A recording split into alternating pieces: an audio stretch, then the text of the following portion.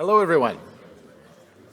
It's great to see you all. It's a lovely cold Friday in February.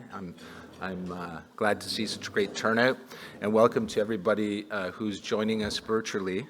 My name is Ryan McDonald. I am an editor at the Globe and Mail.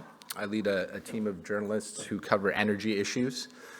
We have people in Ontario and Calgary, Vancouver, Quebec, across the country. We've got some people in Europe as well. Before we get started, I would like to recognize that my colleagues and I are grateful for the opportunity to live and work on this land, and there are a number of traditional territories that we should acknowledge. The Mississaugas of the Credit, the Anishinaabe, the Chippewa, the Haudenosaunee, and the Wendat. I am committed to the issue of economic reconciliation. I hope you are too. There are no elephants in the room today, but there is a very big elephant to the south of us. The issue of tariffs and what's happening in the United States has been preoccupying me and my colleagues for weeks now. It's probably also worth saying that there are no tariffs on your tickets today, and this is not the 51st state, this is Canada. Woo! So, having said that, we have an exciting day of chats ahead of us. There is a massive opportunity for Canada to lead in nuclear energy. We talk about it every day in the newsroom. We talk about it in relation to data centers. We talk about it in relation to demand in Ontario and other places across the country. We talk about it in terms of what it means to have an integrated grid in Canada. But we also talk about what the opportunities are for companies in Canada. And we have a diverse range of companies today. We're going to talk about the opportunities, the risks, and the challenges related to nuclear in Canada. I think there's been a lot of chat of a nuclear renaissance. I think we're seeing it writ large on the global stage. There's some very exciting things ahead in Ontario and other parts of the country. It's also important to consider some of the risks. But I think today is really an opportunity to talk about opportunities. Before we get started, I'd also just like to thank our sponsors today, Westinghouse Canada and Aecon Group. So today's first panel will bring together energy leaders and developers. We're going to talk about the key drivers of nuclear energy. So please join me in welcoming John McCrory. John is President of Commercial Operations at BWXT, Nuclear Energy Canada. Robin Manley is President at Paradigm Shift Nuclear Advisory Limited. Aaron Johnson is Senior Vice President of Nuclear at Aecon Group. And James Skongak is Chief Operating Officer and Executive Vice President at Bruce Power. And James is joining us virtually. We've spoken before, so thank you all for being here. And I will make my way over here.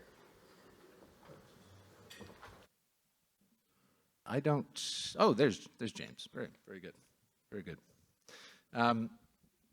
It's probably, we have such a diverse range of companies here, and which offers us a great opportunity to just jam a little bit about what's happening in the nuclear space.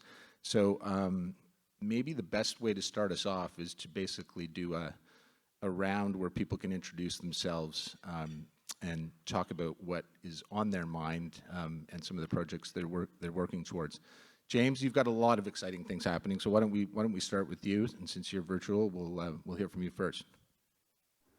Great, and thanks very much. We're all snowed in here in Bruce County. We finally have a proper Bruce County winter this year. It sounds like everybody in Ontario is experiencing it.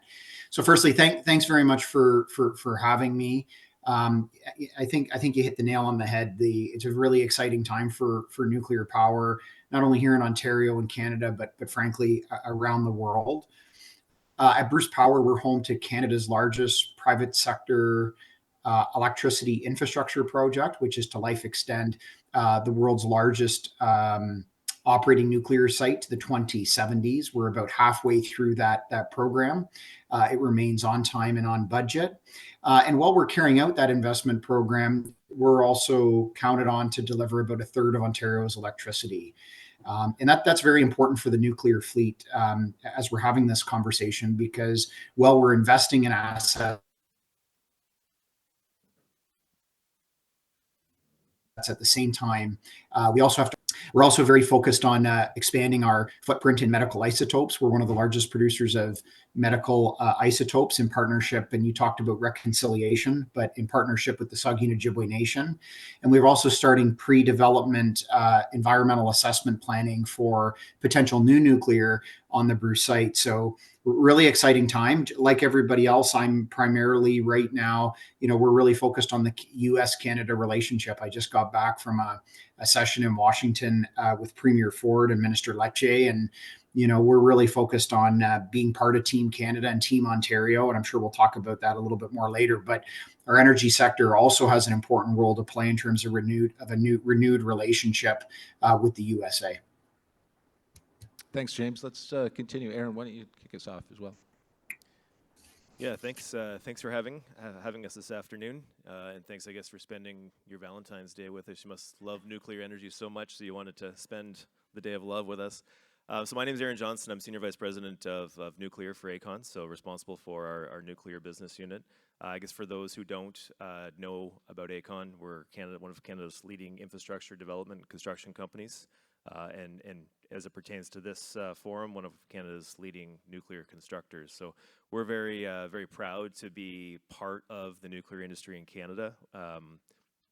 We are actively involved in a leading role in James's program in terms of the MCR program at Bruce, refurbishing their 6 reactors at the Bruce site.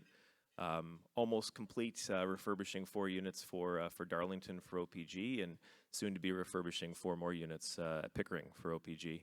In addition, kind of leading the way, we're very proud to be Canada's constructor for the first SMR, grid-scale SMR in the Western world, in North America, proudly situated here in Ontario. So I guess what the nuclear industry means to us is it's a place for us to be proud of within the country, and we're going to talk, I think, a little bit more about as it pertains to outside the organization, or outside the country, I should say. So the nuclear industry for us is one of the foundations of our business, but more particularly, I think it is something that we as Canadians should be really, really proud of, because we really are leading the world, and we're going to talk a lot more about that. But we're very, very happy to be here and be part of this industry. Thanks. Thanks very much, Robin. Hi, my name is Robin Manley. I run a small consulting company that works in the nuclear licensing space and in development of new nuclear projects across Canada, where I bring the expertise that I got from working at Ontario Power Generation, where I led the licensing team, and also the new nuclear selection process for the VWRX that OPG is building at the NNP. So what I do these days is I work with organizations across the country, all of the nuclear operators and some technology companies and others, about what are the challenges that you face in trying to deploy new nuclear in Canada, project management-wise, regulatory space, engagement, all the different factors that go into it, because it is important to draw upon the experiences that we've had in the past. When you're going to try and do a first of a kind and then deploy a fleet of those reactors, you want to gain the efficiencies, and you want to learn from the mistakes that we've made in the past and do it better this time, so that it's more effective, more efficient, faster, and cheaper. So that's the kind of experience that I hope to share with you today. Thank you. Thanks, Robin. John. Good afternoon, everyone. I'm John McQuarrie. I'm President of Commercial Operations for BWX Technologies. So BWXT is entirely focused on nuclear technology, nuclear energy. The division that I lead is focused on nuclear power and nuclear medicine. And so we have a variety of products like fuel and equipment and services that we provide for our nuclear power customers. And then we have a range of nuclear medicine products, some that are isotope related, some that are radiopharmaceuticals. In terms of what's new for BWXT, or new and exciting, is We were so very fortunate to announce just a couple of weeks ago that we've secured a $1 billion contract related to life extension with OPG for, well, we announced 2 contracts for the Pickering life extension. There's a lot of steam generators that will be replaced there, and for the reactor pressure vessel for the SMR project at Darlington. We also announced that because we are very encouraged by what's happening in Canada, that we're investing in our largest facility in Cambridge.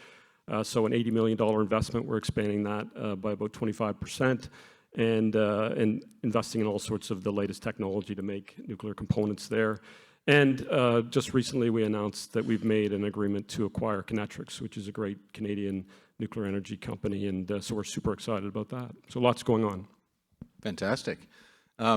Maybe we can jump in off of something that James mentioned, and I mentioned off the top. There's a lot of, let's say, oxygen being taken up south of the border. James is just back from Washington. I think every CEO that I've met in the past couple of weeks has been to Washington.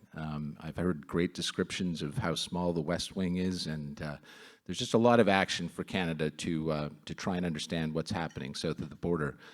So maybe, James, can you talk a bit about what the opportunity is in terms of nuclear energy with what is happening with the new administration? Obviously, there are great power needs from the United States. There's great needs for clean power. There's data centers. There's a lot of things happening. Yeah, absolutely. Well, I mean, the incoming administration, if we sort of set tariffs aside for a second, they have a number of policy objectives that I think are well aligned with Canada and well aligned with Ontario. The first being is to see energy dominance in North America and reducing reliance on other jurisdictions around the world, whether that's for oil and gas, whether it's for electricity, whether it's for critical minerals. So I think there's a real opportunity for Canada and Ontario to play an important role in that. But one of the biggest takeaways that I have really continued to always anchor myself on is a lot of the fundamental concerns that Americans have, working families, communities across the United States, is affordability and the cost of living, just similar to what we're faced with here in Canada. And President Trump, during the election campaign, committed that he would focus on affordability, and that he would focus, in fact, on reducing the cost of energy to families by 50%, 50%, in 1 year. And so I think you only achieve that through strong energy collaboration between the U.S. and Canada, whether that's low cost, in fact, below market oil and gas, whether it's expanding the electricity interties between Ontario and the U.S., whether it's our uranium supply that comes from Cameco and Port Hope, or even our supply of medical isotopes. So, I think there's a tremendous advantage there.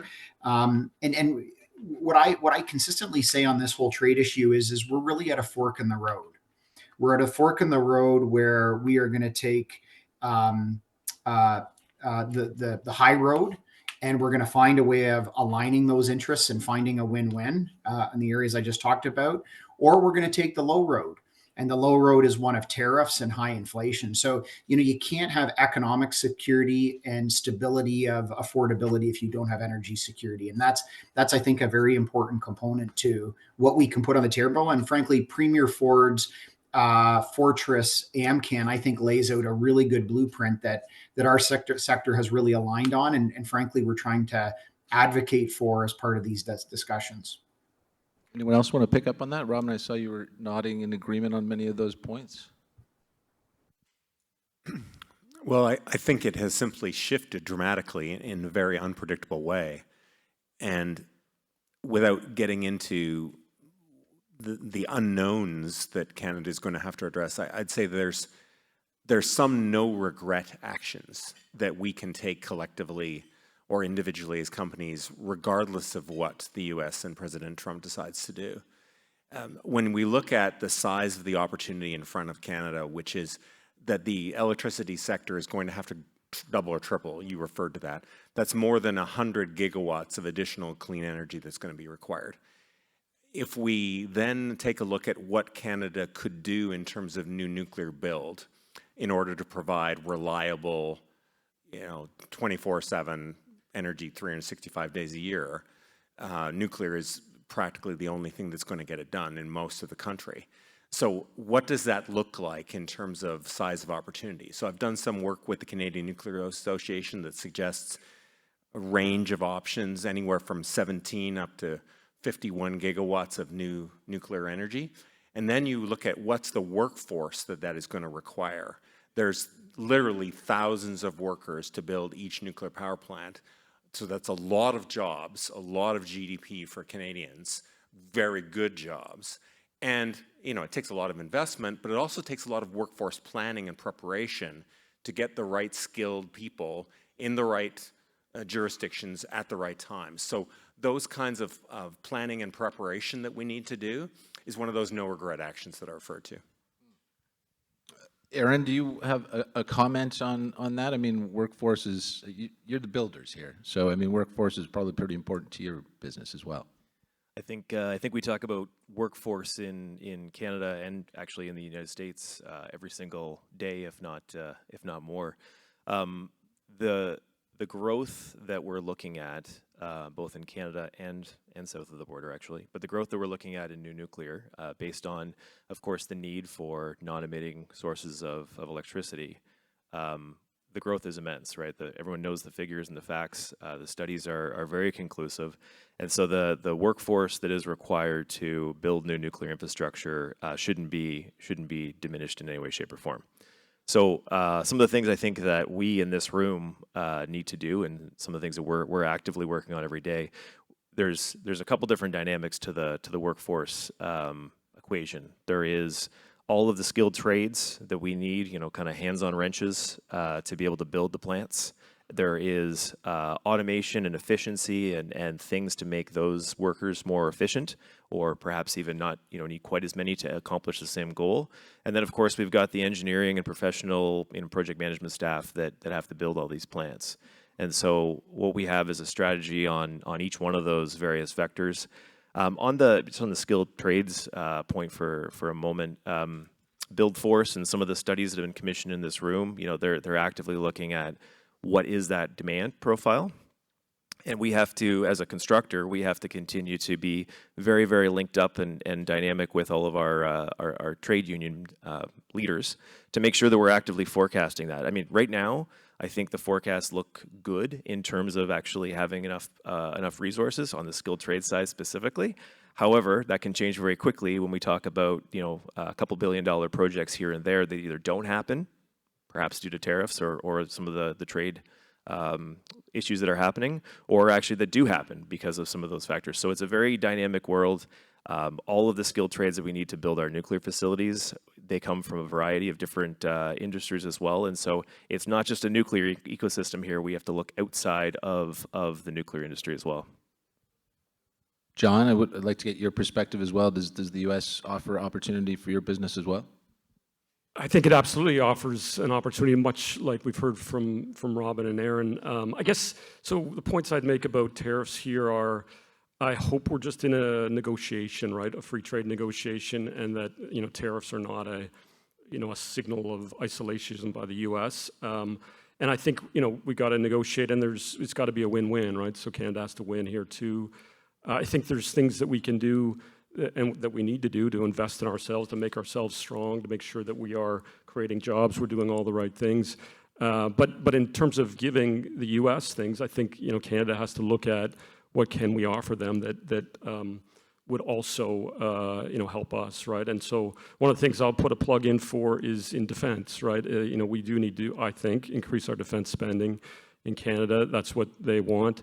And, you know, I was pretty disappointed when the sub-pact between the U.S., Australia, and the U.K. was formed, and Canada wasn't part of that. That's a nuclear energy deal, right? That's a deal where, you know, those countries can patrol their water borders and protect themselves and create economic development, make products in their countries, create jobs like we talked about here.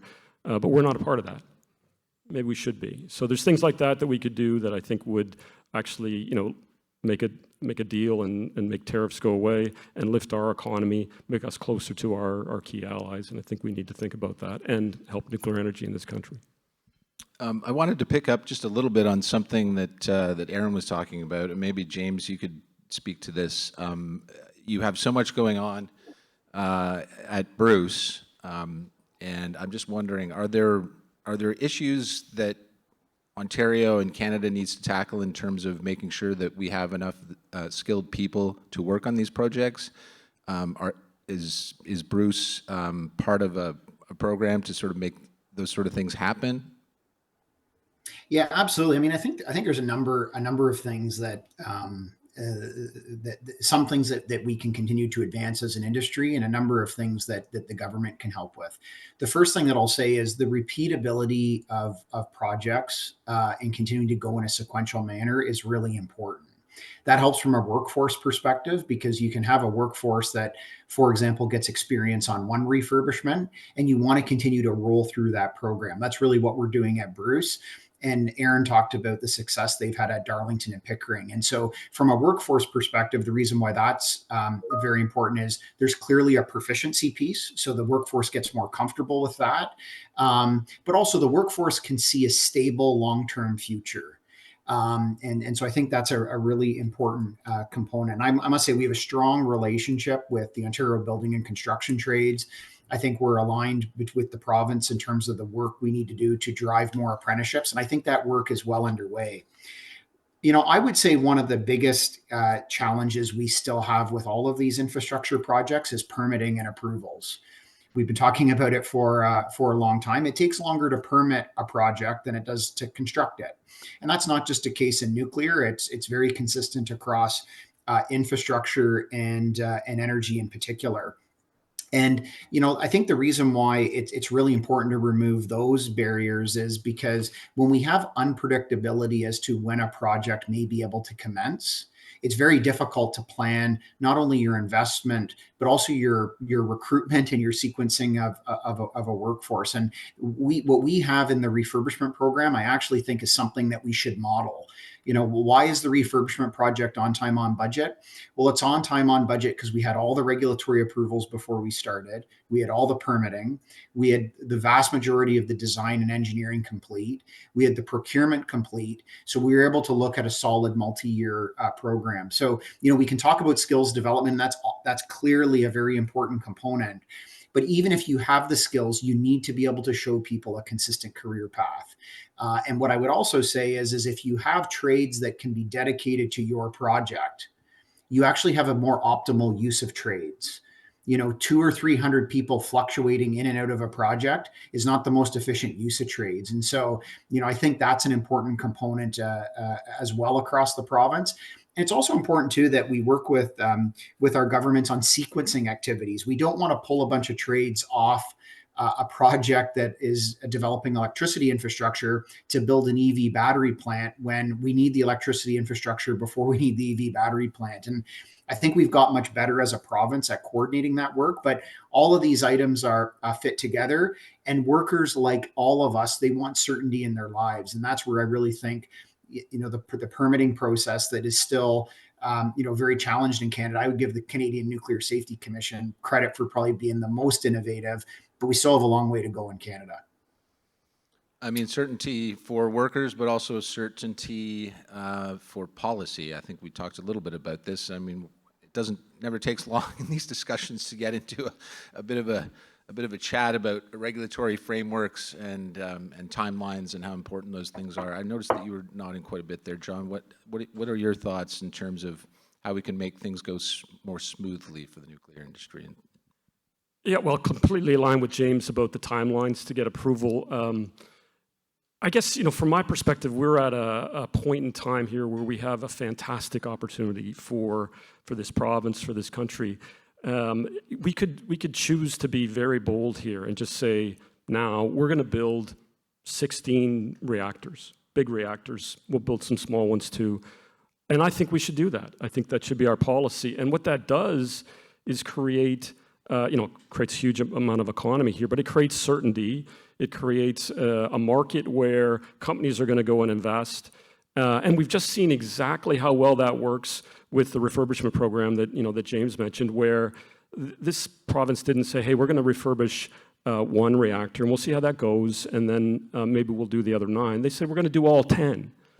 And what that meant is that the owners, OPG, Bruce Power, got the best deals. They got investment. They got all kinds of great things. So I'm an advocate of do everything you can to support that bold vision, have shorter approval times, have investment tax credits, do all those things because it's going to be fantastic for us.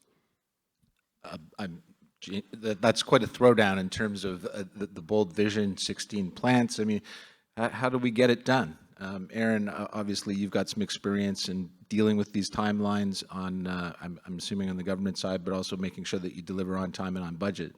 How do you do it? Yeah, that's the question. We talk every single day about we're only going to be able to advance nuclear by executing every single day. The success breeds success kind of analogy. I guess maybe just quickly to go back to what John said. I think all of these projects need an immense amount of leadership, both from government authorities, the heads of the organizations that are developing the projects. And so I do commend, the government of Ontario and OPG and Bruce Power and others for being those leaders in actually taking those bold steps. Because and James touched on it, one of the secrets, if you will, I think, to building these is having that predictability. If we're going to build big infrastructure, we need to know when. We need to be able to plan for it, and we need to be able to have that long-term ability to put programs in place to develop people. I'll use an example. Both Darlington and Bruce MCR and RFR programs. I mean, at the time, everybody said, "Oh my goodness, how are we going to do this?" And the only way we were able to do that was to be able to have that long-term foresight, have some long-term contracts in place, and be able to plan for it. So I think that is one of the absolute secrets to success, is to be able to actually put in place succession planning, talent development plans, bring people from other industrial industries, bring them to nuclear, be able to support them, embrace them, and really bring that workforce forward. I mean, we should be really, really proud of ourselves certainly in the province of Ontario and Canada in terms of our nuclear execution performance. There's a researcher from Oxford University who was on a call with the White House special secretary to the president for nuclear, and the researcher came on and was talking about all these projects that had major mega nuclear projects that had all not gone well. He said there's a unicorn, and that unicorn happened to be the Darlington Refurbishment program. But that and what Bruce is doing are exactly the same thing. It's long-term success, and you have to plan for it. Robin, I know you mentioned policy certainty and the importance. What do you see in your practice around that? One of the things that companies that are interested in getting into nuclear, interested in deploying a first project, startup, if you will, are most concerned about is that uncertainty. And the regulatory uncertainty is probably number one on their list, with policy uncertainty and such like. So I certainly agree with the points that James and John and Aaron made around that and planning in advance. And I can say that having observed it, that the primary nuclear regulator in Canada, the Canadian Nuclear Safety Commission, is certainly mindful of trying to be efficient. And we've spoken with NRCan about things that they can do around the Impact Assessment Act, and the government seeks to find efficiencies, as indeed other like-minded nations like France and the UK and the US have all spoken of. Everybody's driving towards that as a means of gaining that certainty and then enabling more productivity.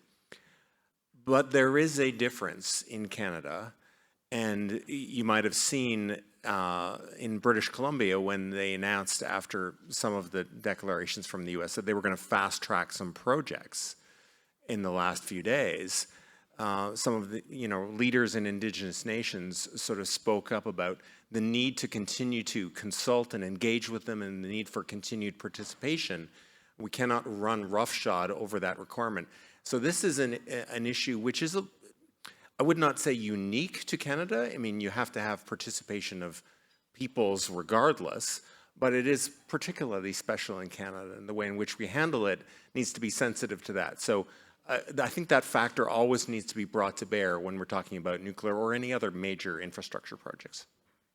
Can we do nuclear fast? I mean, there's so much discussion right now in Canada about moving forward on infrastructure projects that we've really ragged the puck on for many years. John, you have probably one of the most bullish attitudes here about getting stuff done. Can we do this fast, or do we need to take it slow? I think we can do it fast enough, right? I mean, nuclear and fast maybe is not the way most people would describe nuclear projects, but you know, we have a remarkable industry here, right, in terms of great regulator, great operators, and a really strong supply chain. So very few other countries have that capability that we have, and so we can go as fast as anyone. And we've proven that we can be ahead of schedule and under budget on these really complex projects. So yeah, I think we can go reasonably fast. We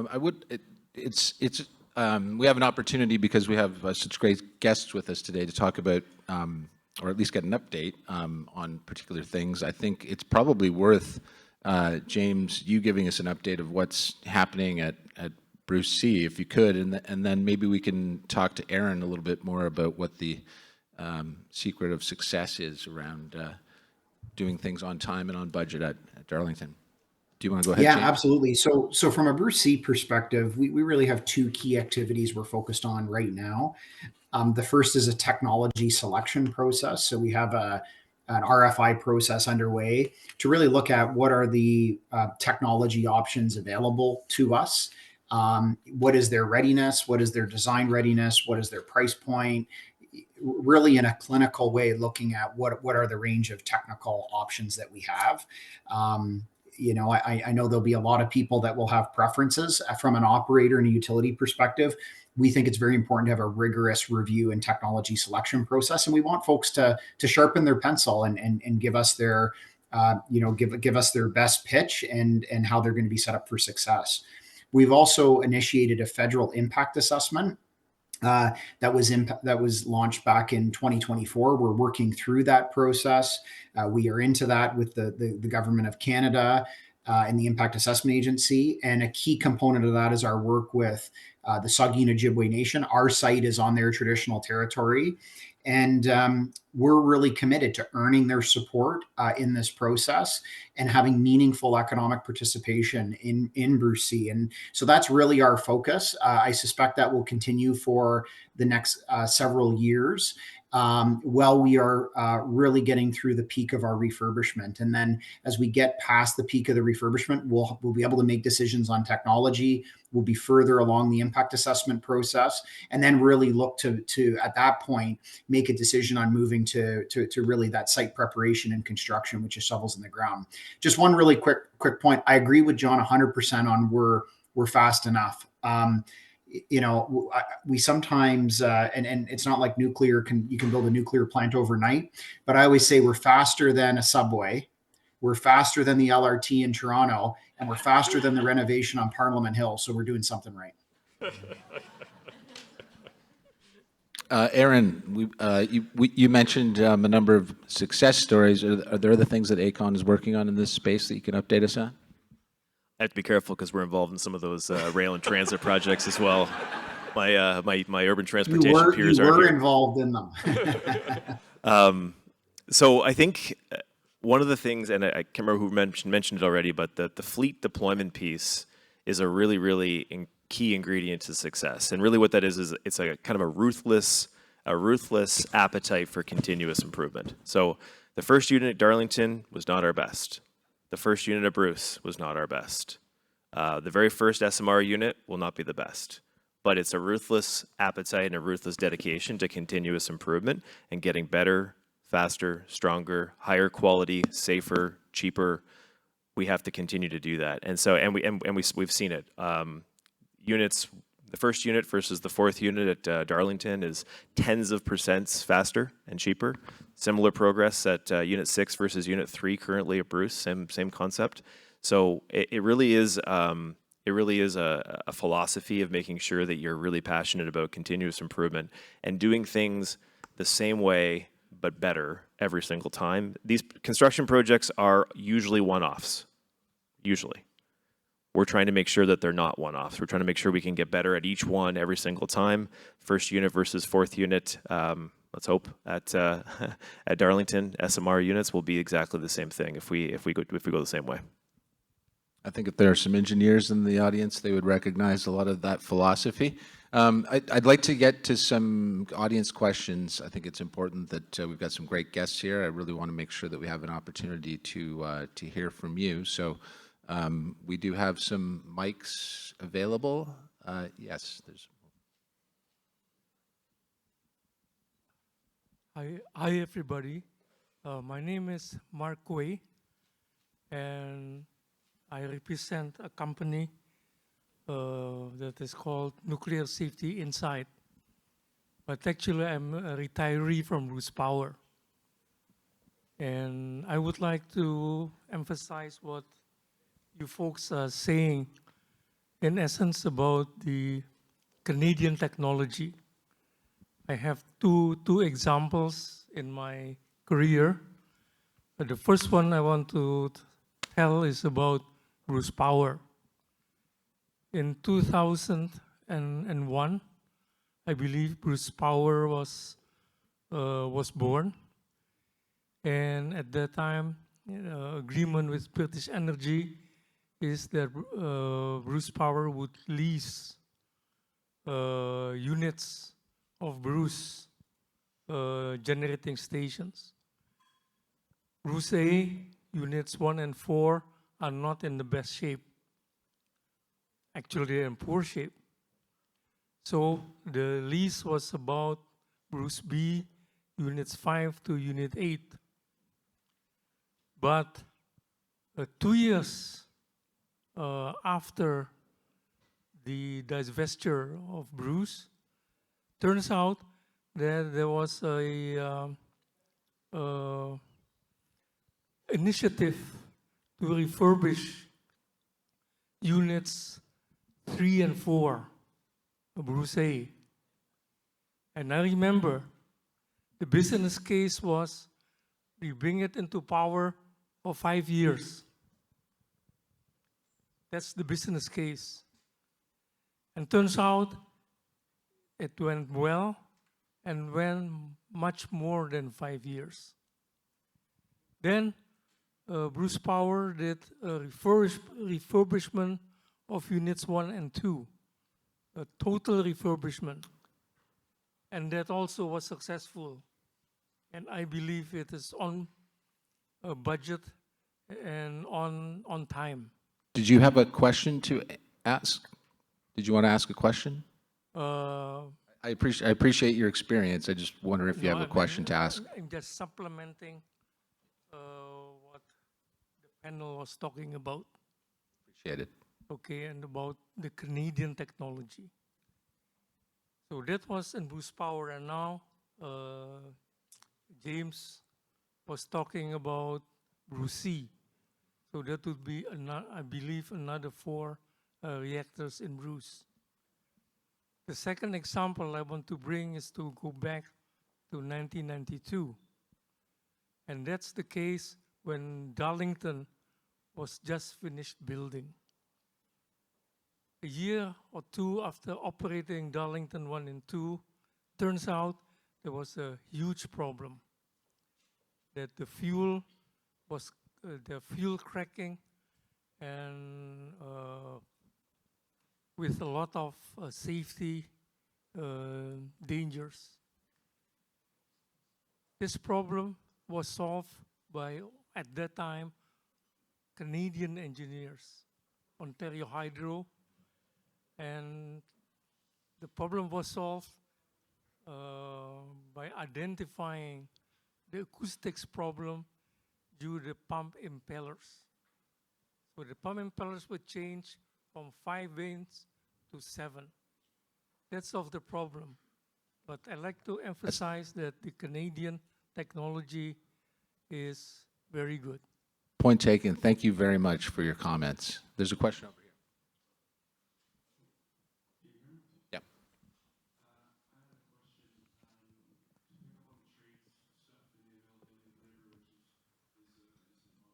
For just about everybody.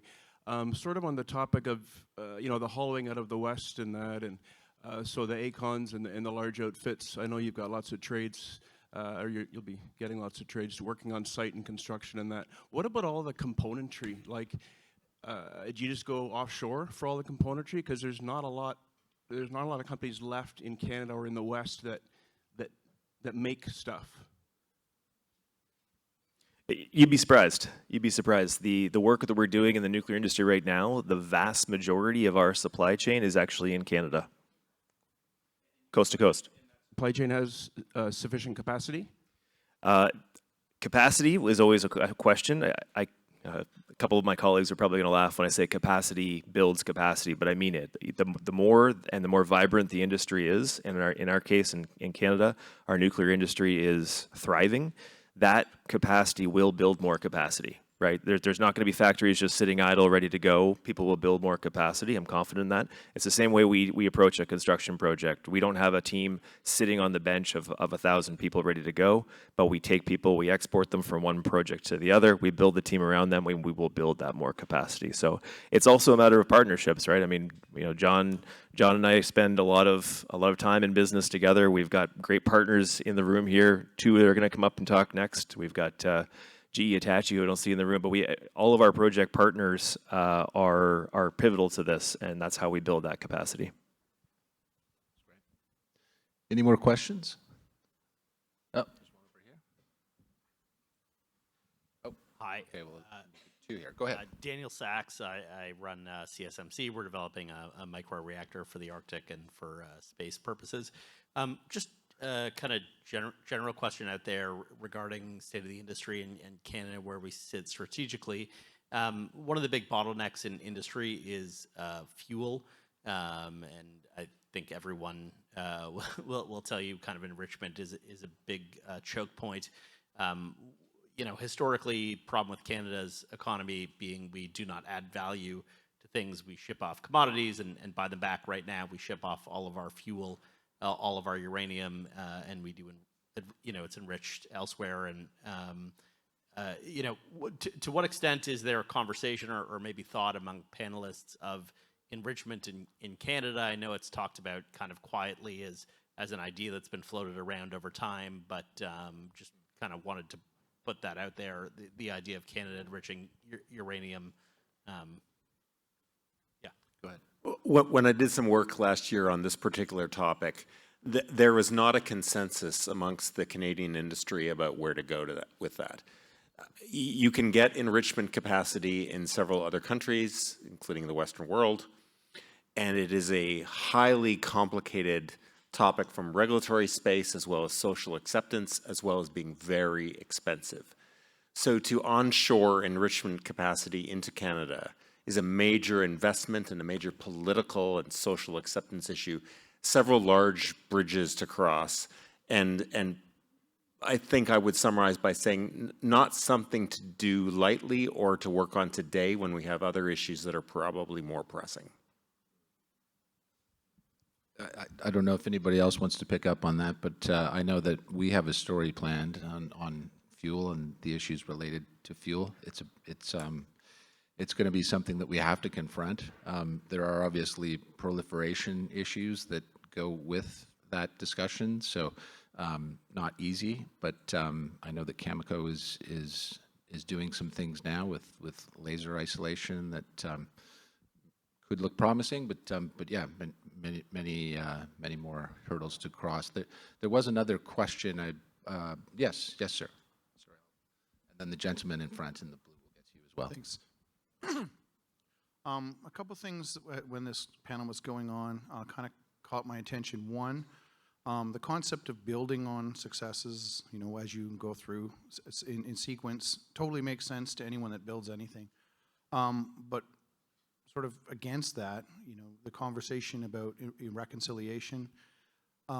Is there any way that, you know, the industry can work together to make commitments or a commitment that can be built on to streamline, you know, these conversations so that if one project is committed to some fundamental points, that's the starting point for the next one. To do the same thing that you're doing in the engineering and construction world with reconciliation. I know that's probably a big ask and maybe a whole nother panel and a whole nother conversation, but just maybe some thoughts on that. James, I feel like you are probably in the best position to take that one on. Yeah, I mean, it's a really good question. I mean, when one of the other advantages, and this may be going at your question from a different perspective, is one of the advantages of sort of signing up. You know, we always like to. One of the things I like to say at home is nuclear plants are like potato chips. You just can't have one. So the advantage of really signing up for the fleet, like we've done with the refurbs between Bruce Power and OPG, is you're able to work with Indigenous communities with a broader investment opportunity. With a broader scale, and something that is sequential is also something that you can build on, and you don't have to bite it all off in one bite. So I mean, the advantage with nuclear plants is they will, in Ontario's case, they will primarily be focused on 3 or 4, at the most 5 sites in Ontario. So you're not, it's not like an oil and gas pipeline where you're dealing with, dozens and dozens of First Nations communities. So I think the combination of the fact that the generation is concentrated, and I think it always will be, that's my personal view, and the fact that you can provide that longevity is actually the best way of transformational deals. If you take a step back, some of the First Nations communities that we're talking about, their operating budget on an annual basis is $10 million. And 90% of that is fixed. So they have very little discretionary spending with how they get their funding. So, to be able to access federal and provincial loan guarantee programs, so they can put investment in these projects, it could double, triple, quadruple the financial resources in some of these communities. And for anybody that's been through these First Nations communities, we have to also acknowledge that these First Nation communities haven't benefited from the growth of the nuclear industry the way other communities have. And so we have some catch up to make, but there's a huge opportunity with this scale of investment to really make a transformational change. I often like to say we want the next 50 years at Bruce Power to be different than the last 50 years. And that's just a humble acknowledgement of we have more work to do, but there's a great opportunity in front of us. Got time for one more question. I believe this gentleman had one. We actually don't have time for more questions, but I mean, I'm going way over time, but the questions are great, and I really want to make sure we get to hear from everybody. You had mentioned about the Darlington development, and the first unit's not going to be as good as the fourth unit. I guess we're on our edge of our seats waiting for the price update or the costing update for that. And just in the context of the integrated partners, it's not open, that contract isn't open, and as far as cost sharing, and I don't want to finger point, but you seem to have come and done everything you needed to do so far under budget and on time. Though it appears that the economics may change for that project, and how do you frame that in the first unit and the fourth unit and going forward to give everybody confidence that everything will be good? Yeah, great question. I'm sure it's on a number of people in the room's mind.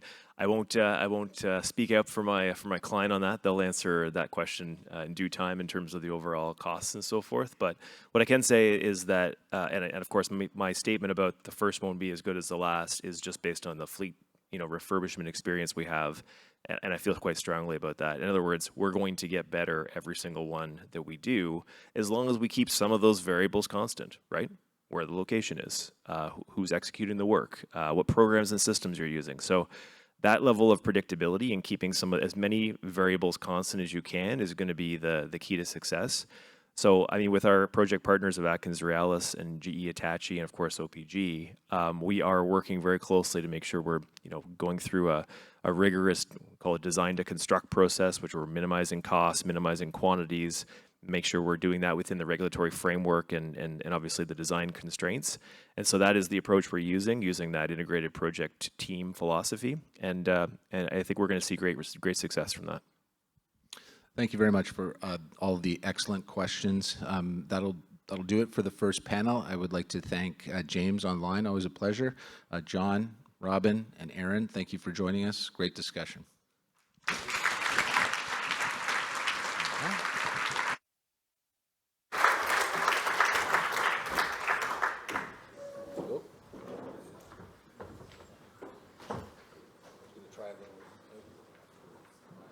Back on. Hot mic. Justin Trudeau, hot mic. I will remain with you. I'm on a bit of a marathon here. So we have an excellent next panel coming up. And what we're going to talk about is what's happening with CANDO, the emergence of new designs, how technology and advancements are going to change the nuclear industry. We have two very engaged companies on these issues, so please join me in welcoming John Arthur Gorman. John is president of Westinghouse Canada. Joining John is Gary Rose. Gary is executive vice president of nuclear in Canada for AtkinsRéalis. He's also president and CEO of CANDO Energy, which is a subsidiary of AtkinsRéalis. It's good to see you again. And he is joining us in place of Joe St. Julian, who I think is on your programs, but could not make it. So thank you both for joining us today. John, I'd like to begin with you. I have yet to talk to Westinghouse, so I'm really glad you're here. What do we need to know about Westinghouse, and what are your plans? Let's start there. Well, look, thank you. And it's, you know, it is terrific to see this continued interest and engagement in nuclear, right? And so thank you for this forum. What should Canadians know about Westinghouse? Here's just a couple of facts for you. We're the world's leading designer of reactors. We've been continuously designing them for over 70 years. A leading designer of fuel, thousands of engineers working on operating plant services and many other things. It's a global company. But it's 100% Canadian owned, right? I think most of you will have been following that we were acquired by Cameco and Brookfield, two Canadian powerhouse companies. When I think about Westinghouse, you know, and my decision to go there, frankly, Ryan, this was coming off of, you know, 5 years with the Canadian Nuclear Association. And my decision to leave there was because that was a remarkable 5 years, wasn't it? We went from a period of not being able to find a federal minister to say the word nuclear to having incredible recognition and support for nuclear as being pivotal to our clean energy future and to so many things globally. And so it was really a pivot, a fork, as I guess James would say, in the road, because we went from getting recognition and support to having to execute. That's the point. Now is about execution, right? And Canada is doing extraordinary things. And now we find ourselves in the position of, on top of everything that we're doing, the refurbishments, the new small modular reactors, another refurbishment at Pickering, building out 15 gigawatts of new nuclear, right? And so how do we execute, and how does Canada benefit from that? That was really my mentality. And I think while we're going to be talking about the different technologies, because we got 3 different technologies a little bit later on, the one that people are most focused on is the AP1000. There are 6 units in operation. It's a Gen 3 Plus, proven, breaking all world records in terms of online operation and other things, completely designed, and IP that's owned by Westinghouse, which is owned by a Canadian company. So I see this moment for Canada as Canada's opportunity to not only deliver on the 15 gigawatts with a proven design, but frankly, 90% of the global market is light water reactors. If we can keep this first mover advantage, if we can, as Aaron was saying, continue to expand our capacity, we'll be able to do that with AP1000s here at home while also participating in the huge global market. And if CANDO eventually comes online with a Monarch, we'll be able to access 100%. This is Canada's opportunity. Thank you. Gary, it's nice to see you again. I think it's important that we both have each of you have an opportunity to give us a bit of an update and talk about what your companies are up to. So can you tell us a little bit about AtkinsRéalis? Sure. Again, thank you for the opportunity to be here. So many friends and colleagues around this in this room. That nice to see you again. So AtkinsRéalis is a global company, about 40,000 people strong. We have a mission to engineer a better future for the planet and its people, and that is really clean infrastructure and clean energy. And nuclear is certainly a large part of that. We have about 5,000 people in the nuclear industry working on nuclear projects throughout the world, in UK, working with EDF on Rolls-Royce SMR projects, as well as some cleanup projects in Sellafield. In the US, working for the DOE, working for Energy Northwest on their X-Energy project. And of course, in Canada, I have 2,500 people and growing. We're hiring about 2 people a day right now. And we are growing to support the fleet of CANDU reactors that are currently around the world. And we're developing the next generation of CANDU reactor, which I'll have an opportunity to talk about a little bit later. But you know, when it comes to, in the last panel, talking about the refurbishments, my group of team at CANDU support those refurbishments. We support the ongoing maintenance, and with our partners in this room, we are intrinsically involved in those refurbishments, and we're delivering those refurbishments ahead of schedule and on budget. My role prior to this role at CANDU was with OPG, where I was the Vice President of Planning and Project Controls for the Darlington Refurbishment Program, and we knew how to execute that project well. And as we prepare for the future of nuclear in Canada, we are taking all those lessons. We're going to apply them for the future deployments that are needed in Canada. We are also involved in Canada with the Darlington New Nuclear Projects, the SMR program. So as Aaron in the last panel talked, we are part of the partnership with AECON, GE, Hitachi, and OPG, delivering on the small modular reactor plant program at Darlington. So we're happy to be a part of that as well. But when it comes to large nuclear, we are very invested in CANDU. I've been invested in CANDU for decades. It's a 70-year-old Canadian-owned technology, not just owned financially by Canadians, but the technology is a Canadian-owned technology, Canadian IP, and we had the opportunity to deploy 22 of these in Canada and a number globally. And through the refurbishments that we do now, it continues to deliver economic value to Canadians each and every day. Every single one of these suppliers in this room are getting value from the refurbishments that we are doing here in Ontario and globally. It's been an incredible economic engine for Canada, and not only economic engine, look out the window. 60% of Ontario's energy is coming from CANDU reactors, clean generation, clean nuclear, which is helping to sustain the economics that we have here in Ontario. And I think there's a huge opportunity to do more of that as we look forward. There's no lack of patriotism here. Proud Canadian each and every day. I think maybe I kicked that off. So we've got 2 Canadian companies, proud Canadian companies here. You're both in the nuclear industry. You have different technologies.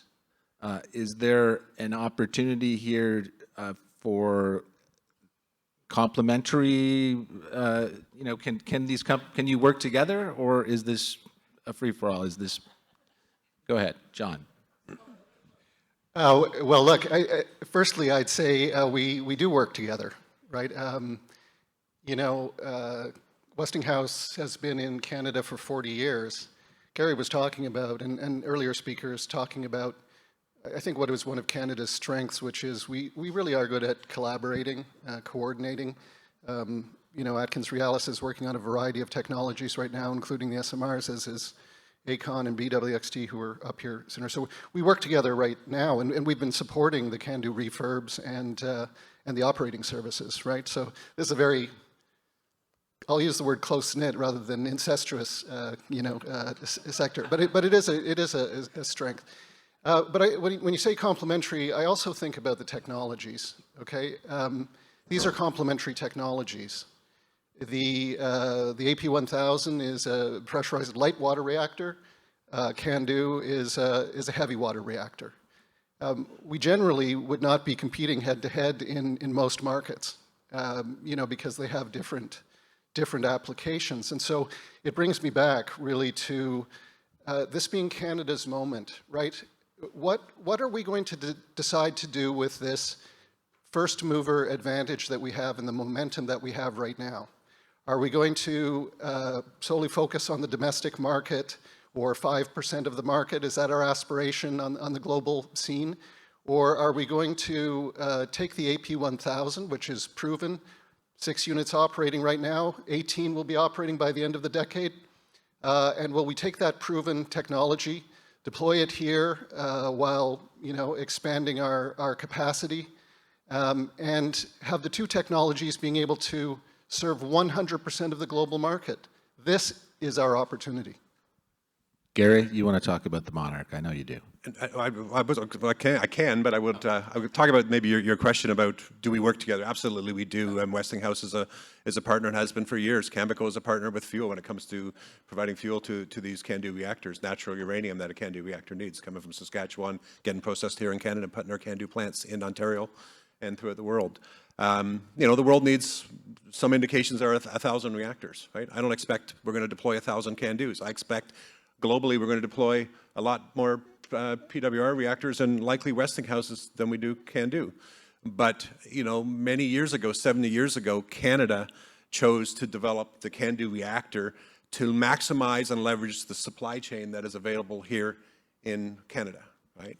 And we want to continue to do that. We have a huge opportunity to leverage the existing supply chain that is here, that's been bolstered up in the last decade due to the refurbishment program that we have. I'm a believer that the best way to lower the price of electricity is to do the same thing over and over and over and over. We get really good at it.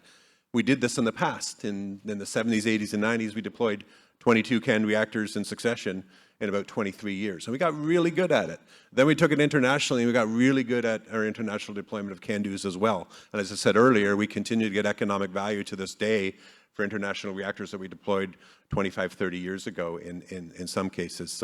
So again, I don't expect globally CANDU to have the entire market. Would I love 5 to 10% of that market? Absolutely. That's 100 reactors. We'd be happy to get going on that, but we need to start at home.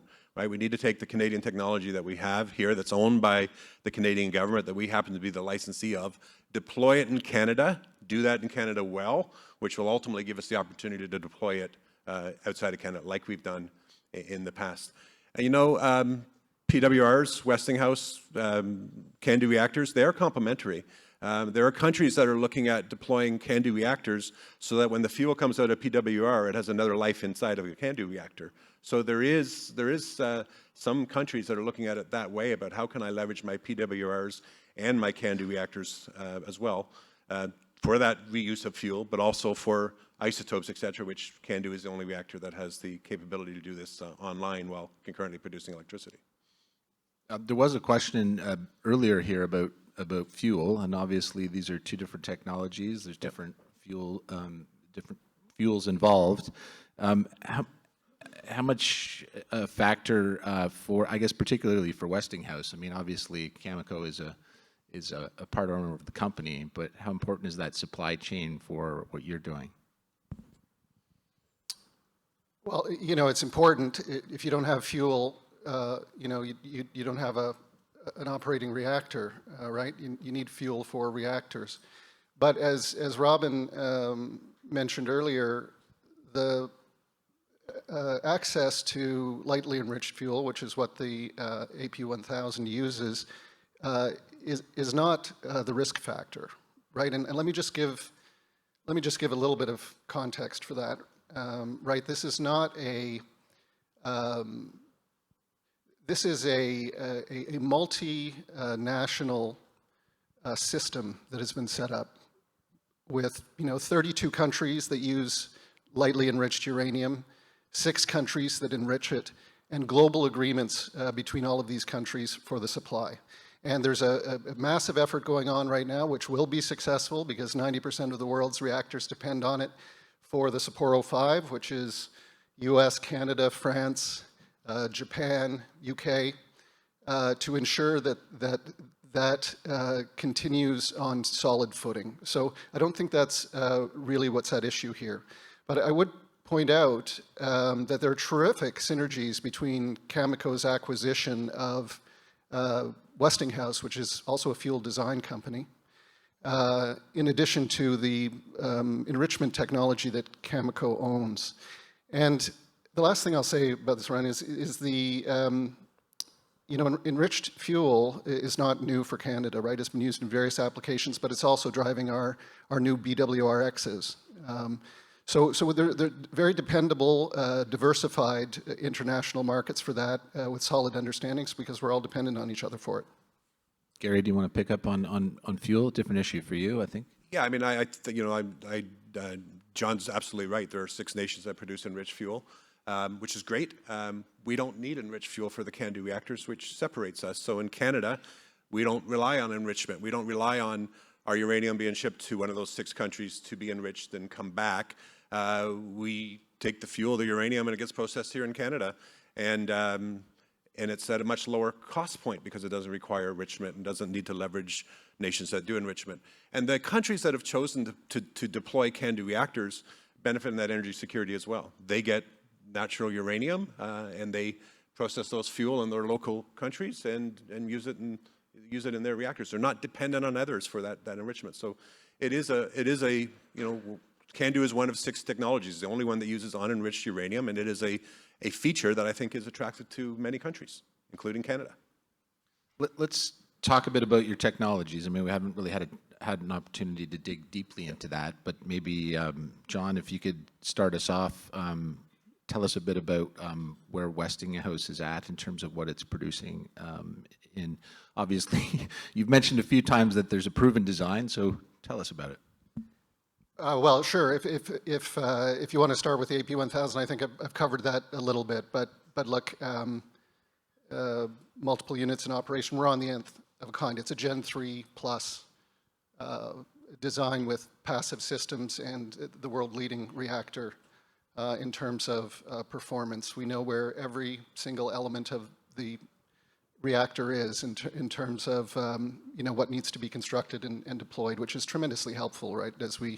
As we work with our potential customers here in demonstrating what the actual cost is going to be, the actual schedule, all of the inputs when we're talking to our supply chain. And can I just say we have 450 pre-qualified suppliers with a number of significant agreements in place, including with BWXT and Aecon and others. And Aecon, incidentally, has worked, on our AP1000 plants abroad. So our not so secret plan here is, of course, to help expand the capacity of the Canadian supply chain by participating in all of these technologies that are being deployed abroad, and 18 of them by the end of the decade, so that we can participate at home and abroad. But we have other technologies. I'll just mention the 2 of them. It's a micro reactor, very small, ideal for off-grid communities, northern communities, Arctic deployment, that kind of thing. We are building the first commercial micro reactor, the eVinci, in Saskatchewan with the Saskatchewan Research Council. I would argue that we are the most advanced microreactor in the world right now. And then, of course, we've got the AP300. It's like Goldilocks and the Three Bears. We got these various.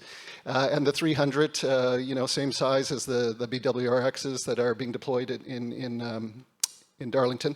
And we're competing in New Brunswick for that now. So the incredible thing, this is the last thing I'll say on this, the incredible thing about Canada is that we have this diversity of demand, right? It's like choose your own adventure. What is it that you need for the size of your grid or for the size of your off-grid community or Arctic, installation? And so Canada can continue to be a proving ground and build up capacity to serve those technologies which are needed abroad. That's quite a lineup.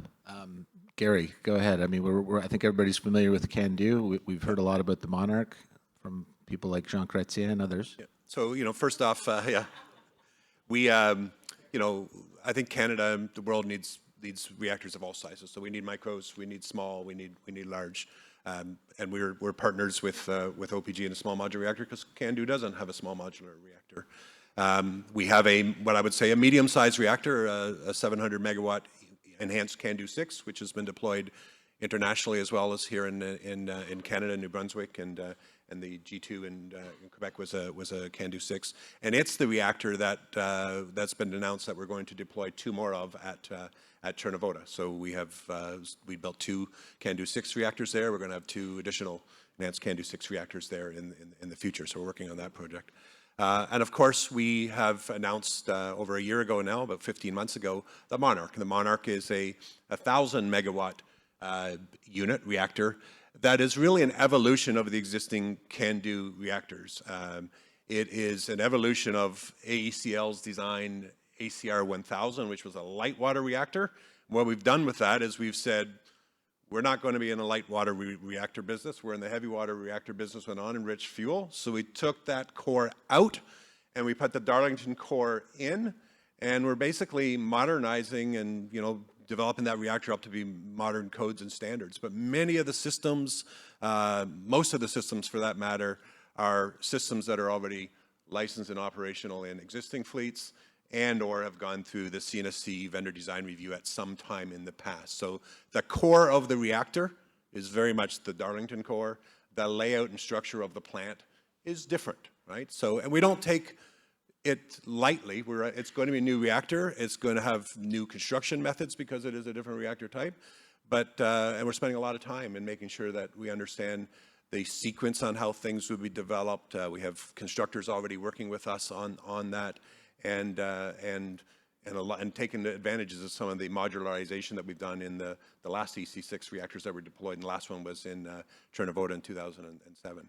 So we're very invested in the Monarch. It is the traditional CANDU reactor, unenriched fuel. It will have higher capability to produce medical isotopes while operating, still online fueling, which results in the highest capacity factor. I know John's talked about Westinghouse being the top performing reactor in the world. Our Chernivtsi 2 reactor was the top performing reactor in Europe for 10 years over all reactors, and the reactor in Darlington has the longest operational life from breaker to breaker. So we've got two great technologies here, and I'm quite frankly proud of what we've been able to accomplish with the CANDU reactor, and we're going to build all of that into the Monarch, and we'll be ready to go when Ontario's ready to go. Yes, of course. You're both being very polite. I appreciate it. You know, Gary's breaking me down here. You know, we are friends, and you know, would have been better if they'd sent Joe here. You know, I could have been more combative.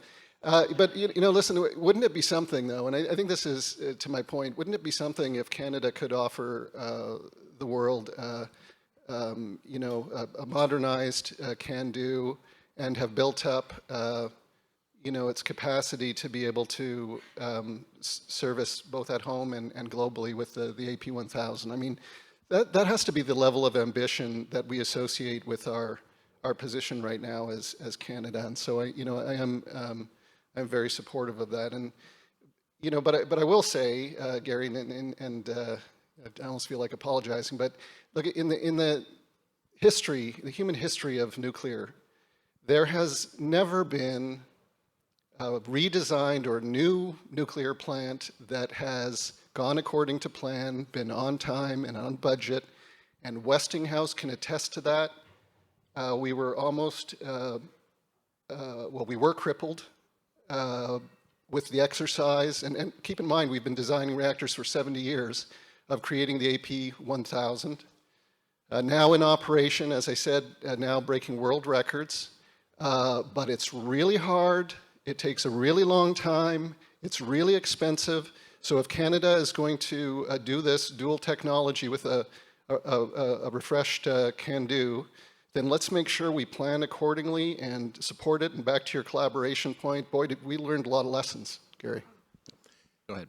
I was the Vice President of Projects and Planning Control on the Darlington Refurbishment Program. I spent 7 years on that project leading the planning of that. And the first unit, I think Aaron said earlier, didn't go well. We were at 44 months. Subsequent one was at 34 months. We've got better ever since. So I totally agree, John. Nobody said this was going to be easy.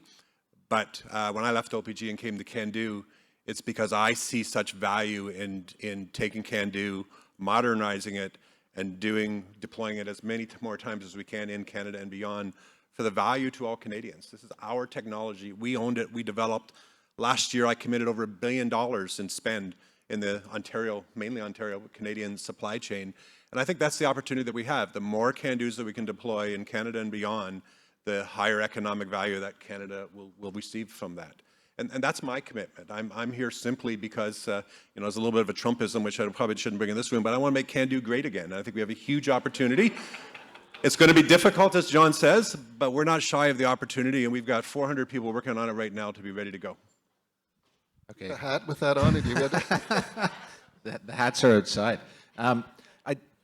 So we've talked a bit about the demand in Canada. I wouldn't mind talking to you both about what you see as the opportunity beyond Canada? How do you target those markets, and do you have targets in mind? Do you want to go first, Gary?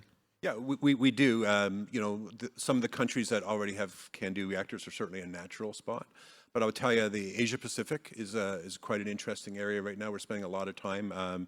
We've got a couple of our senior folks that are actually in Singapore and Malaysia over the past weeks and coming weeks. There's lots going on there. In Europe, even in UK, there's quite a bit of discussions with opportunities for CANDU reactors there. So.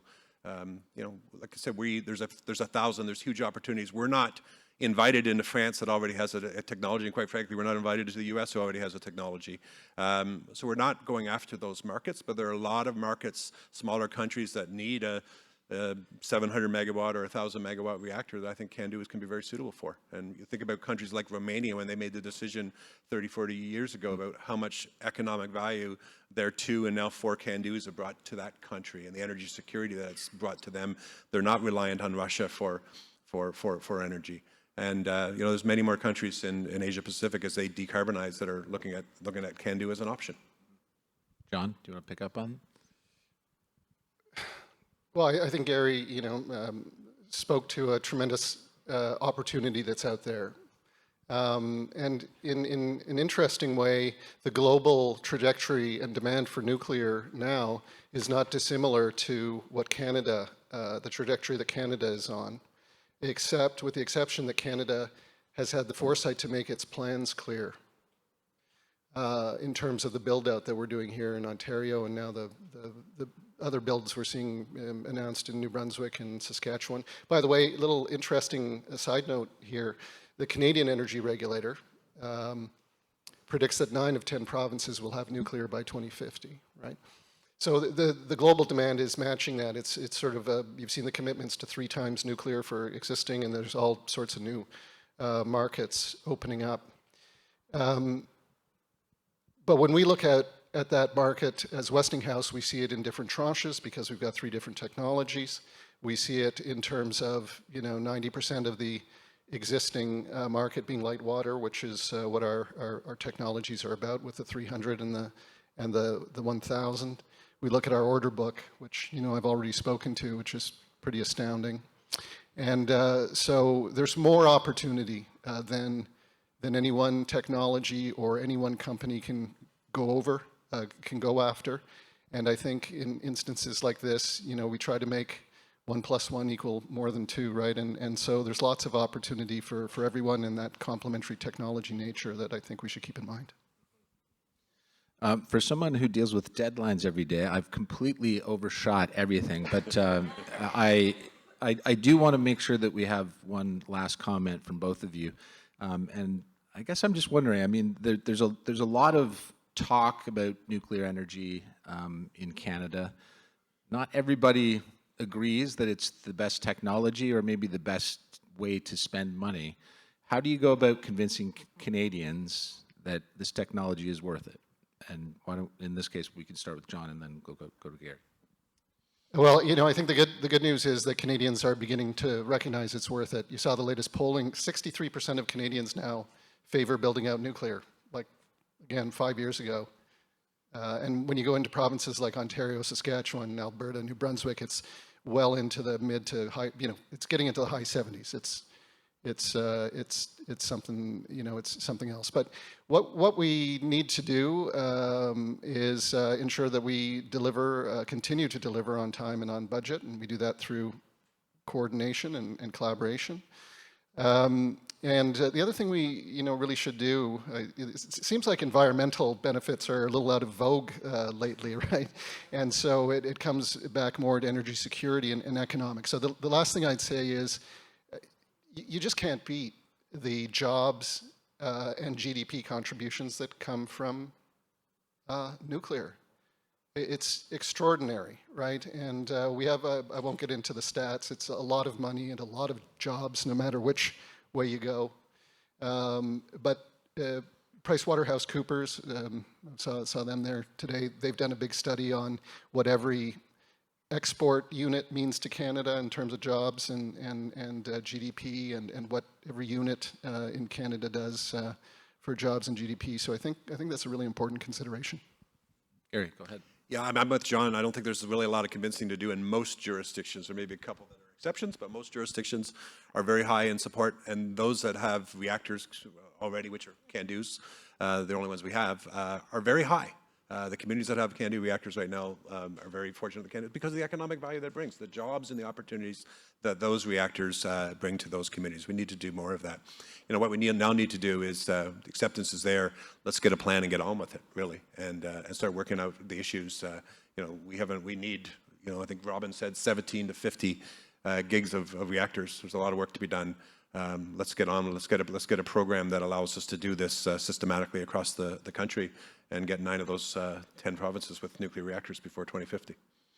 Thank you both. That was a fascinating conversation. Thank you. I think everybody could probably use a quick break and a coffee, and we'll see you back here in about 20 minutes. I'll give you a chance to talk to each other.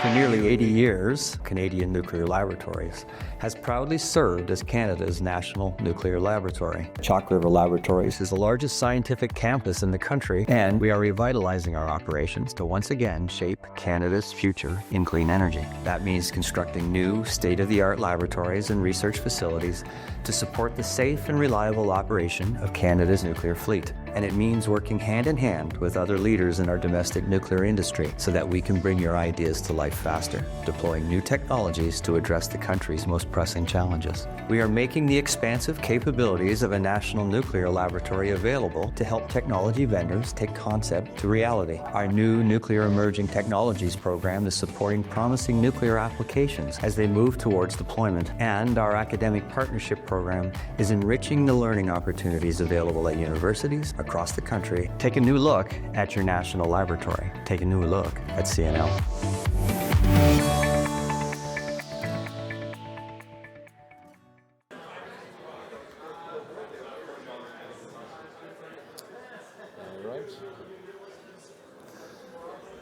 Welcome back from the break, everybody. I hope everybody had an opportunity to get a coffee, get a bit of a jolt, and have some discussions. I know I had a few great ones myself. So we're going to move on to the next part of the program.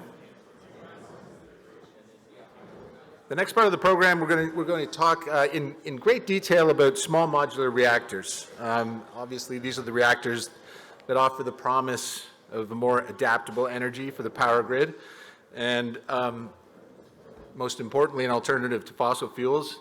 And many of those opportunities exist in remote communities and off-grid industrial sites.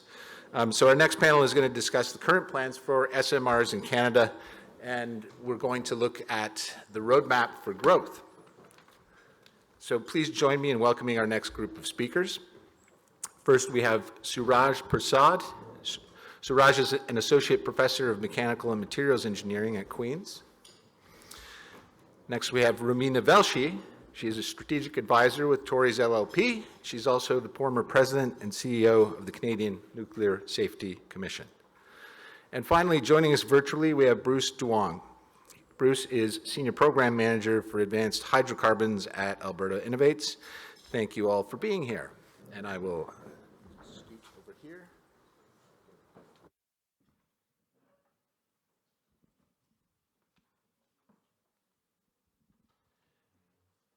Thank you again for joining us. I think it always is useful to talk about ourselves quickly, if we can, to introduce everybody. Bruce, maybe you could start, since you are virtual. Bruce, could you tell us a bit about yourself and how you got into this industry?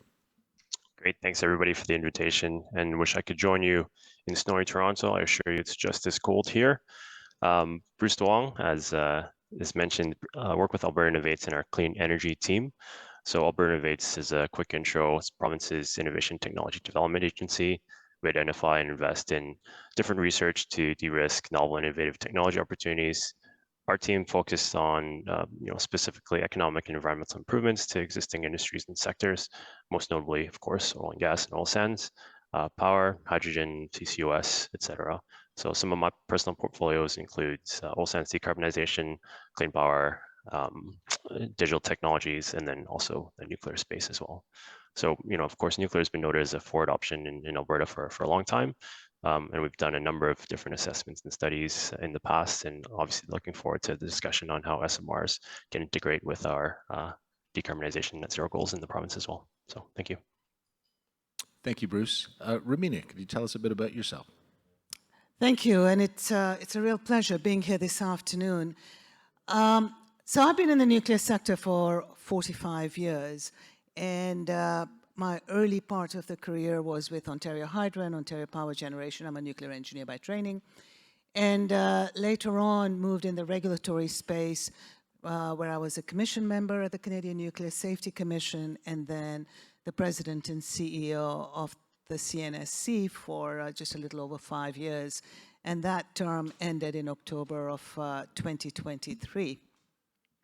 And so my time at the CNSC was very much in getting ready for this great nuclear renaissance and making sure that the regulator was not an unnecessary impediment to the deployment of new nuclear. Since leaving the CNSC, I'm still very active in the nuclear sector. I joined Torys LLP as a strategic advisor. Torys, a legal firm on energy and infrastructure, one of the largest in Canada, and really has the largest nuclear energy practice, representing OPG as well as the Nuclear Waste Management Organization and many others. I'm also on the board of Sask Power, and Sask Power is another utility that has selected the BWRX 300 as an SMR to potentially deploy in Saskatchewan. And I'm an advisor to many international organizations as they consider deploying nuclear and what they can learn from the Canadian experience. Thank you. Suraj. All right, thanks. So my name is Suraj Prasad. I'm from Queen's University. Not as far as Alberta, but still a rough train ride yesterday with all the snow. At Queen's, my research focus is mostly on materials for nuclear kind of applications. So this will range from new kind of reactors, so these SMRs, as well as current operating plants and materials for the long-term storage of nuclear waste. So what I like is to have all of my students getting exposed to every part of that life cycle of a nuclear plant and looking at different challenges that we have. So I'm very happy to be here today. I have partnerships with many of the nuclear industry partners, as well as federal and Ontario government. So thanks a lot. Why don't we stick with you for a moment? I think, I mean, obviously we have a pretty high-level crowd here. I think everybody knows what a nuclear reactor is, but can you just maybe give us a high-level walkthrough as to what SMRs are and why they're garnering so much interest at this point? Yeah, so SMRs are small modular reactors. So let's start with the back end. So a reactor is just basically what we've been doing for 70 years is boiling water, effectively. And the reactor is just the way that we do it. So we use a fission reaction to basically produce that heat energy that we need to boil water and make energy. So why now small and modular? Well, the small aspect means that we can make it smaller, and that has benefits for many reasons. One is the kind of inherent safety features and passive safety features that come out of that, as well as the kind of economics, which gets me to the modular aspect. The idea is that these are supposed to be smaller, more flexible versions, flexible being the key word, versions of larger plants, right? So we're talking 10 to 300 megawatts instead of 1,000 megawatts. And that means that we can probably build these in a factory setting and have them deployed wherever we need them as we need them. So you could build one and then build one later, that kind of aspect.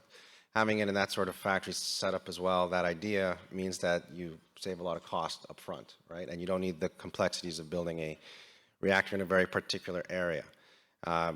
These SMRs become in our traditional type of water reactors, so LWRs and so on, as well as more novel reactors. This includes things like molten salts and high temperature gas and so on, We specify them by coolant in part because of the unique properties of those coolants. So really, they're more kind of efficient, which is great for energy production, and they have those, and novel coolants themselves have incredible safety features with them, such as low operating pressure. So, for example, in a molten salt reactor, obviously it is at room temperature a salt, sodium chloride, table salt.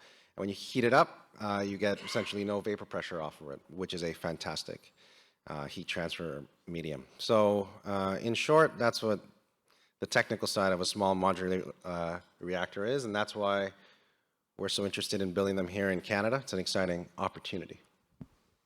I mean, I don't think 5 years ago that anybody would have recognized that acronym SMR, but I mean, nowadays you hear it constantly. And I think that's because everybody sees the opportunity in Canada, but also sees how the Canadian supply chain could work to really make these a success. Romina, I think you've got some thoughts on this, but I mean, why is Canada so well positioned to create SMRs?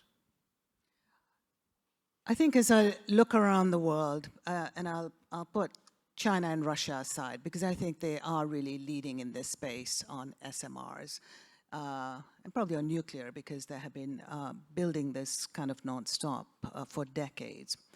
But in the SMR space, in the Western world, I believe Canada is #1 for a number of reasons. One is just our policy framework that we have. Canada, in a very inclusive way, bringing all stakeholders together, put together an SMR roadmap, an action plan, and there's a leadership table. So it's very much a pan-Canadian approach, a very integrated approach on how are we going to deploy. It started off with SMRs, but all nuclear. And so the policy framework is very supportive. As a regulator, I can tell you we've got probably the best regulator in the world. And, you know, it's recognized. I mean, even in the earlier panels, people spoke about the need to improve regulatory processes and make them more efficient, but also the recognition that the CNSC amongst a group of regulators is really leading the pack. And the regulator has sometimes been described as a competitive advantage that Canada has, and we can explore that further. As you heard earlier, with our refurbishment projects, we have maintained capability, we have honed our capability, our supply chain is strong, our project management skills are excellent, but more than that, our nuclear program has got the confidence of decision makers, of investors, that we can actually deliver on nuclear infrastructure projects. We've spoken about public trust and confidence in nuclear, and particularly very strong is how the nuclear projects are seen to further our reconciliation objectives and the engagement and consultation and partnerships that are getting set up that bode extremely well.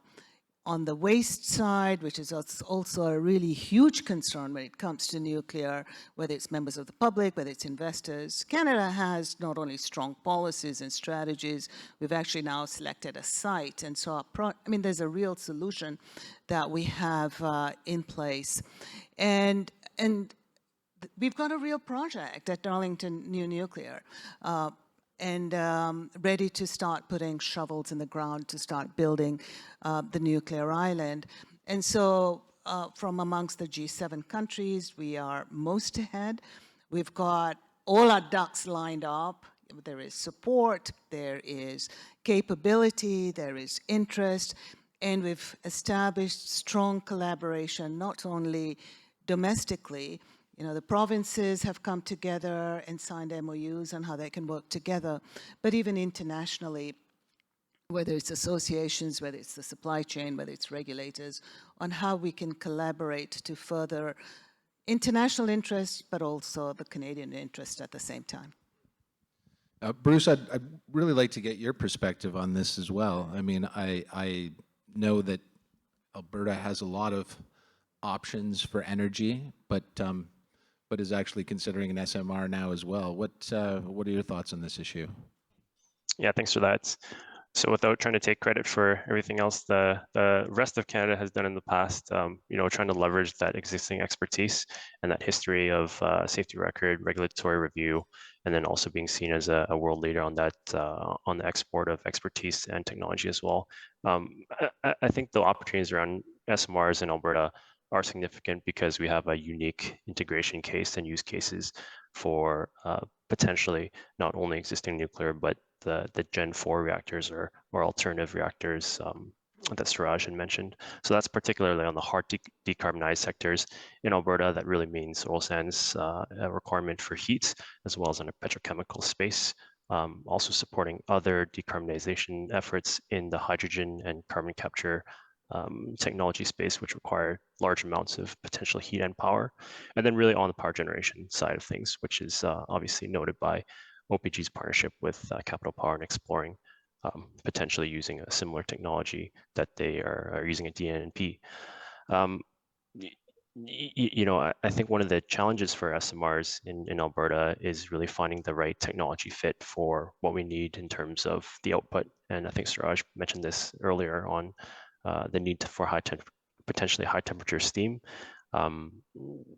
because the oil sands industry or sector is effectively a steam generation sector that produces a little bit of oil on the side. And so those opportunities are also similar across remote communities and across, for example, modular deployments for mining in Saskatchewan, et cetera.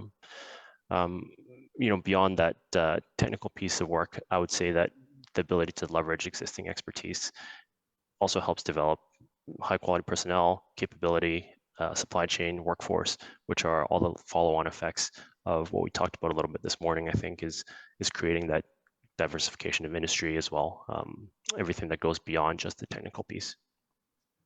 Suraj, I wouldn't mind picking up a little bit on what was just said there, because you're teaching the workforce. So, I mean, how important is it for you to ensure that those people are prepared, understand the opportunity that Canada offers in terms of SMRs and nuclear energy?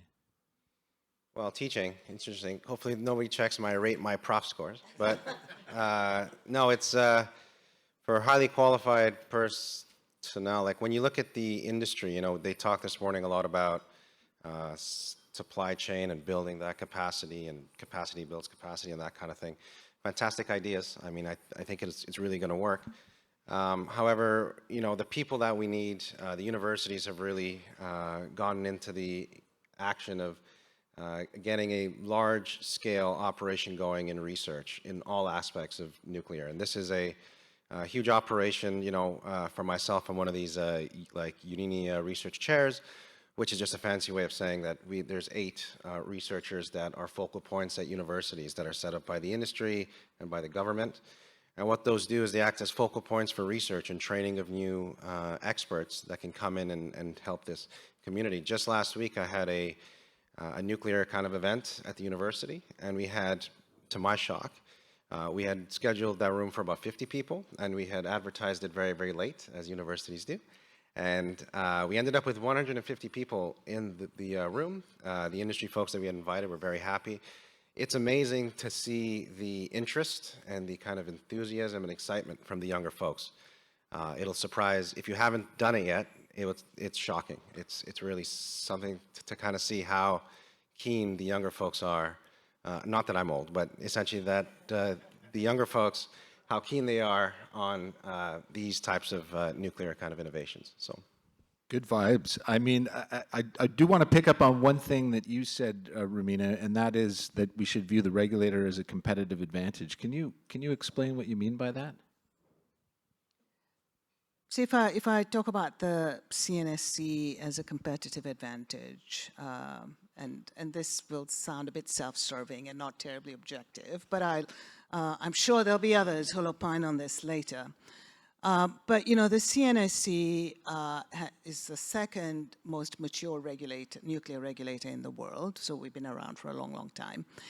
And Canada has a very complex fuel cycle where we've got mining, we've got medical isotopes, we've got nuclear power, we've got research reactors, we've got waste, and so on. And so as a regulator, it's the one regulator that looks at all aspects of it, and there isn't any other country. I mean, what we don't have is defense, nuclear defense, or reprocessing, but we have the most complex nuclear fuel cycle, which this regulator is very comfortable in doing so.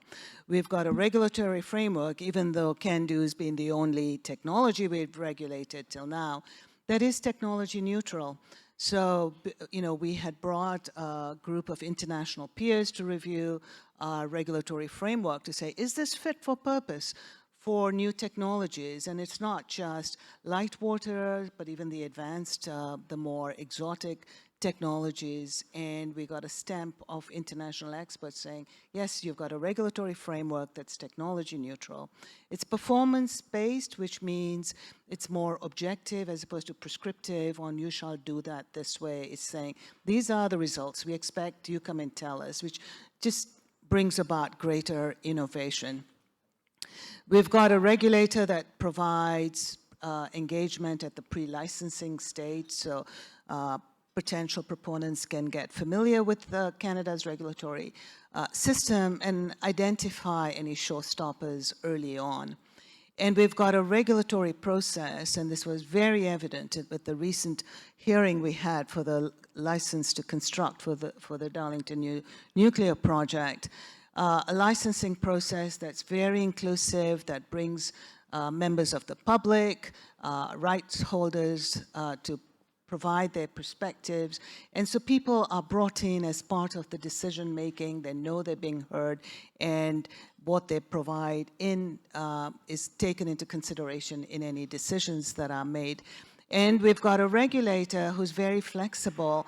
And as I said, our whole mantra was we don't want to be an unnecessary impediment. We're not going to compromise on safety, but we're going to make sure we're in a state of readiness, that we have, we bring in innovation, but we bring in flexibility. And so, no one need to get in too much detail, but as the detailed design is being developed, what we have established are what we call hold points. So you can still proceed, you can't move ahead until you come and demonstrate to us, but what this shows is you don't have to have all the answers before we'll grant you a license. And that conditional license, a license with conditions, allows projects to proceed. And during the refurbishment project, we were able to provide the certainty, the predictability. We had a pandemic during that, and it's the project still continued moving on time. And so there's a track record to work very effectively with our licensees. And the last thing I want to leave is the CNSC has taken very much an international leadership role in encouraging greater collaboration amongst regulators. Early on, we heard a lot about a fleet approach, and with DNNP and with refurbishment. But what we have really all recognized that SMRs will only be competitive if they are deployed as a standard fleet globally. And to get that commitment to a standard design globally, you need to get all regulators together on what are your standards, what are your expectations.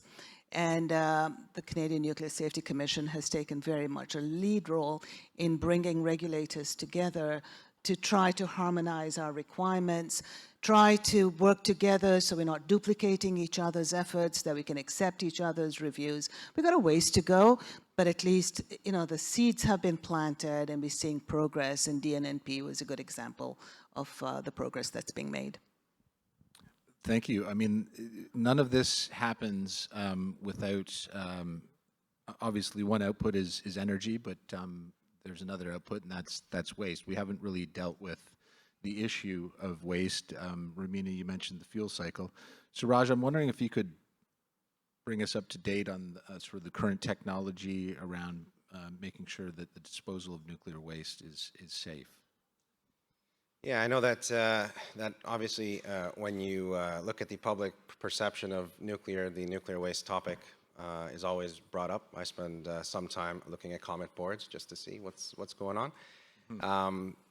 Now, what's interesting is that in Canada, we have an internationally accepted solution to the long-term storage of nuclear waste.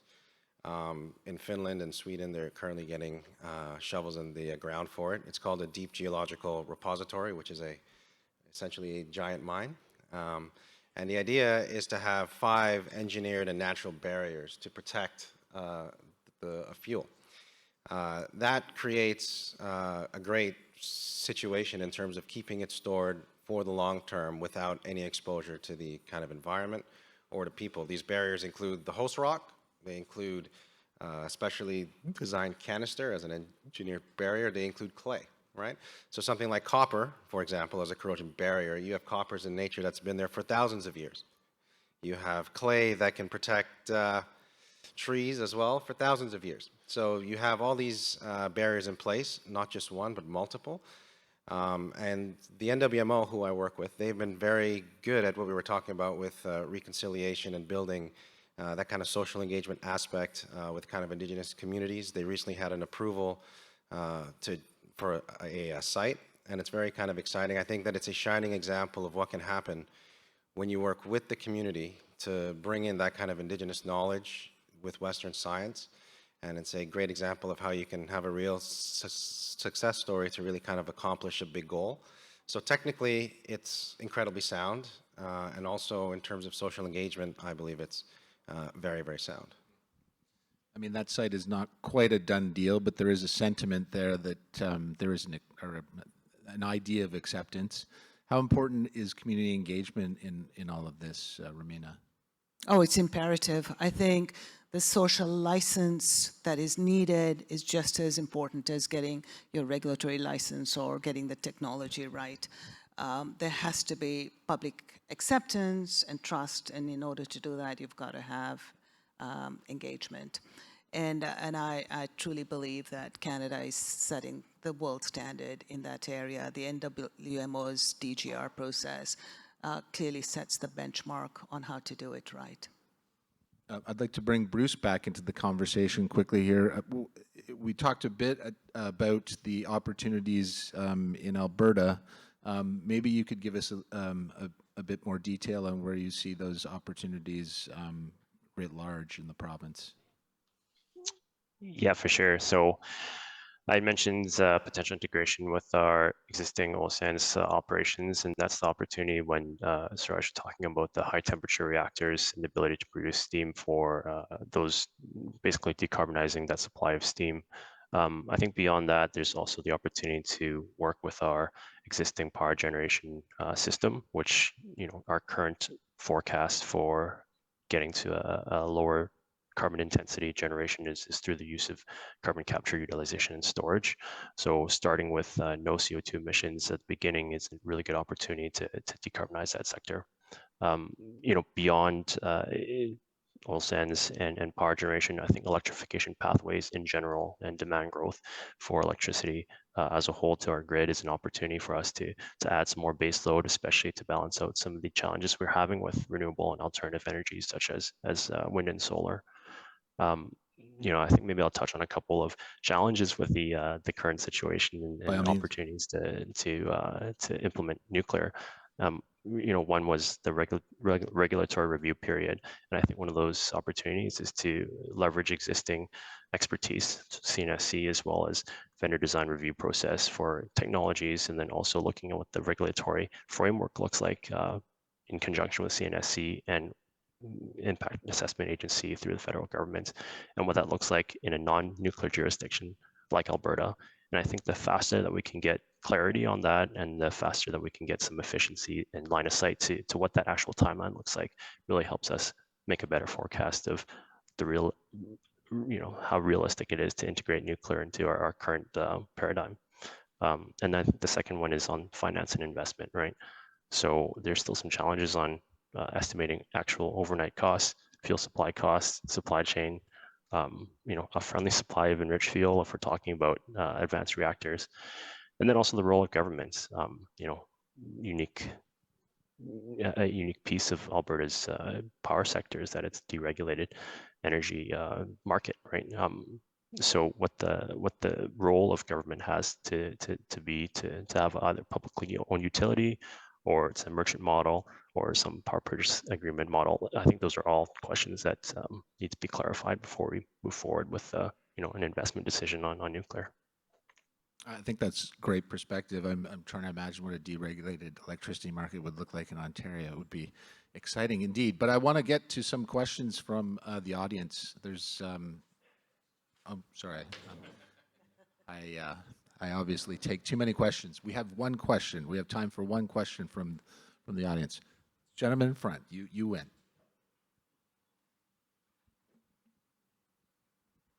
Sorry, I don't mean to monopolize. I got to see David Wright, the new head of the NRC, speak earlier this week, and he talked about the collaboration and specifically with the Darlington development and how the CNSC and the NRC are going to share the data, yet committing to sovereign nations, which was nice to hear. But that said, how can we assure that the CNSC and the NRC are going to cooperate and go down a path to collaborating more versus using it as a tool versus a weapon to sort of increase isolationism between the two countries? So this whole tariff war that we started today with is bringing a fair bit of uncertainty, which is not helpful at all. But I think what is fundamental, and I hope it is deeply ingrained, is collaboration is win-win for all. And the example that you give, and that the chairman of the USNRC confirmed, is that the relationship that the USNRC and the CNSC has established, it really is a win-win. The DNNP project is unique in a few ways. It's an American technology that is getting deployed outside the United States for its first deployment. And it's getting licensed by a regulator that is different than the domestic regulator. And so for Canada, we're in a pretty unique situation, and the Darlington plant becomes the reference plant that this global fleet's going to be looking at. The CNSC becomes the reference regulator for worldwide deployment as well.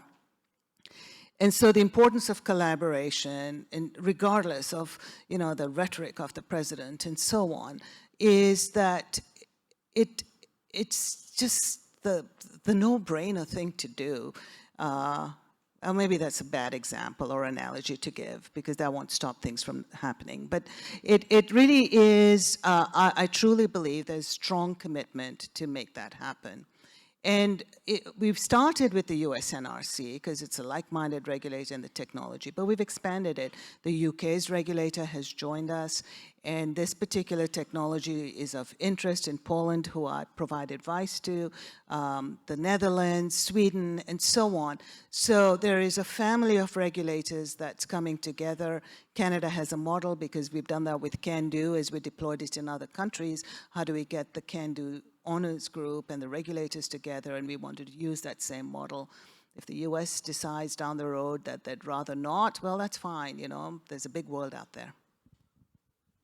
Truly is. Thank you very much. We're out of time. Thank you to Romina, Bruce, and Shiraj. That's it for me. Please keep reading. And I would like to welcome my colleague April Fong to the stage. Thank you very much. Thank you.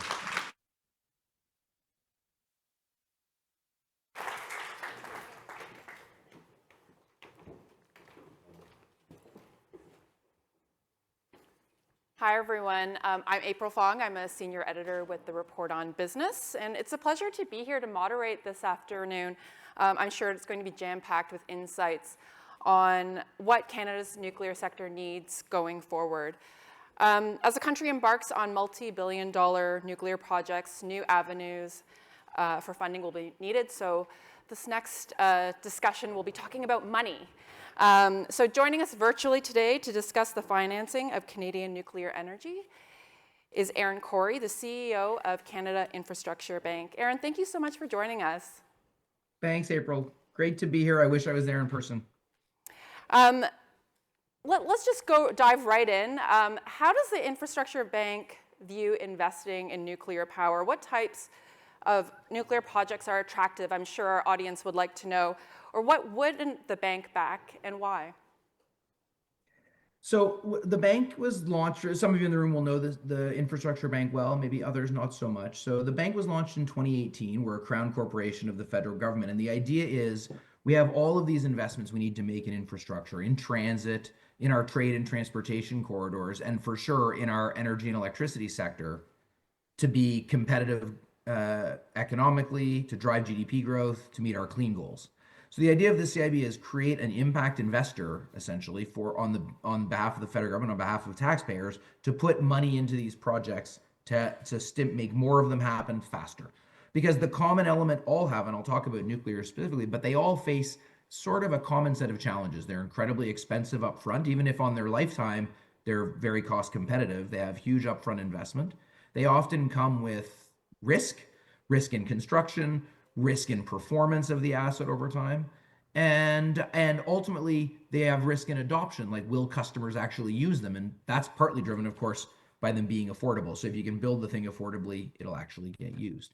And so the CIB invests in projects, both with the public and the private sector, to make those projects come to life. So you asked about nuclear. We have, our view is that the grid, generation, transmission, and distribution investments are one of the core, well, they're core to our mandate. They're in the lead when we were created. They're one of the core sectors we're meant to focus on. And so we're willing to invest alongside private sector owners of those. So think of renewables developers or Bruce, or public sector utilities to get more of those built. And so we have an investment in the Darlington project alongside OPG.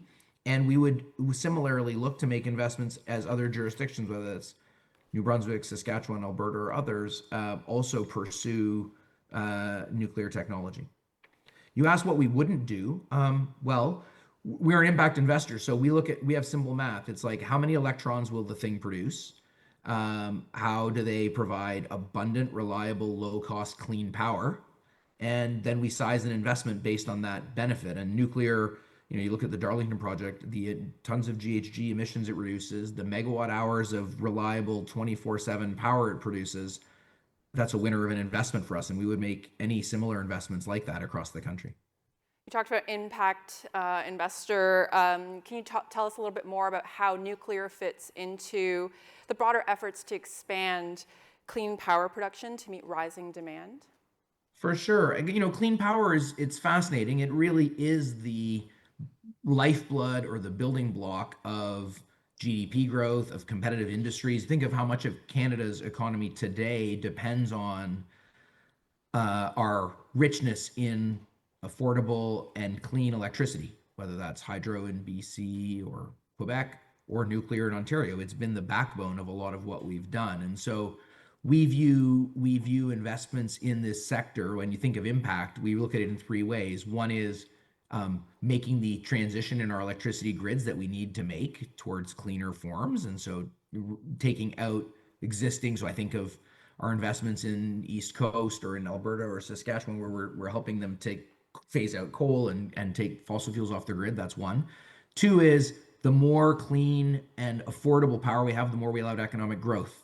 Data centers and compute power. Think of as I say, they are the lifeblood, not just of the industries of yesterday, but of tomorrow. So that's the second impact.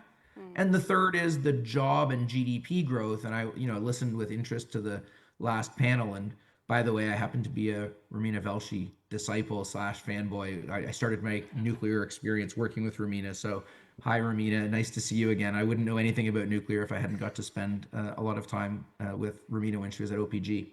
So I'm a big believer in the broader GDP benefits that nuclear can build, not just in Canada, but around the world. As we are the reference plant and as we are the anchor, it's a whole industry. So we look at the impact in all three of those ways, April. The economic benefit they create directly through clean power, the economic through jobs, and of course, the clean power they supply to our grids. Love the fan shout out. Let's talk about the Ontario power generation investment. Is the bank looking to do more financing in this project?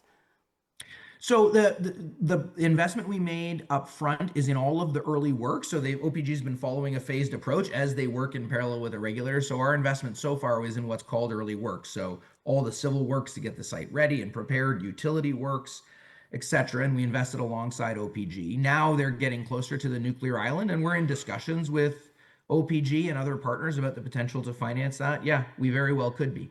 And similarly, as other jurisdictions, Saskatchewan, New Brunswick, and potentially Alberta, as we just heard from the last panel, look at similar, we're also talking to utilities and governments in those jurisdictions as well. So we're very much we're designed to support, like we're a lender, right? So you said this is a panel about money.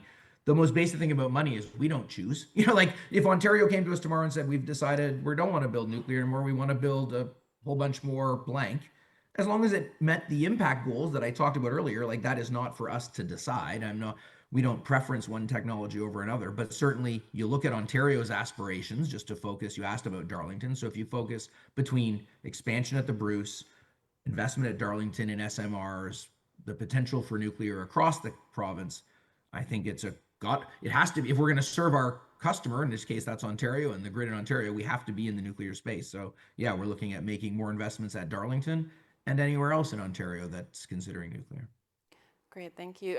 Lots of talk about energy independence. There's a growing sense of nationalism around energy. How do you see Canada-US relations influencing investment decisions around nuclear energy?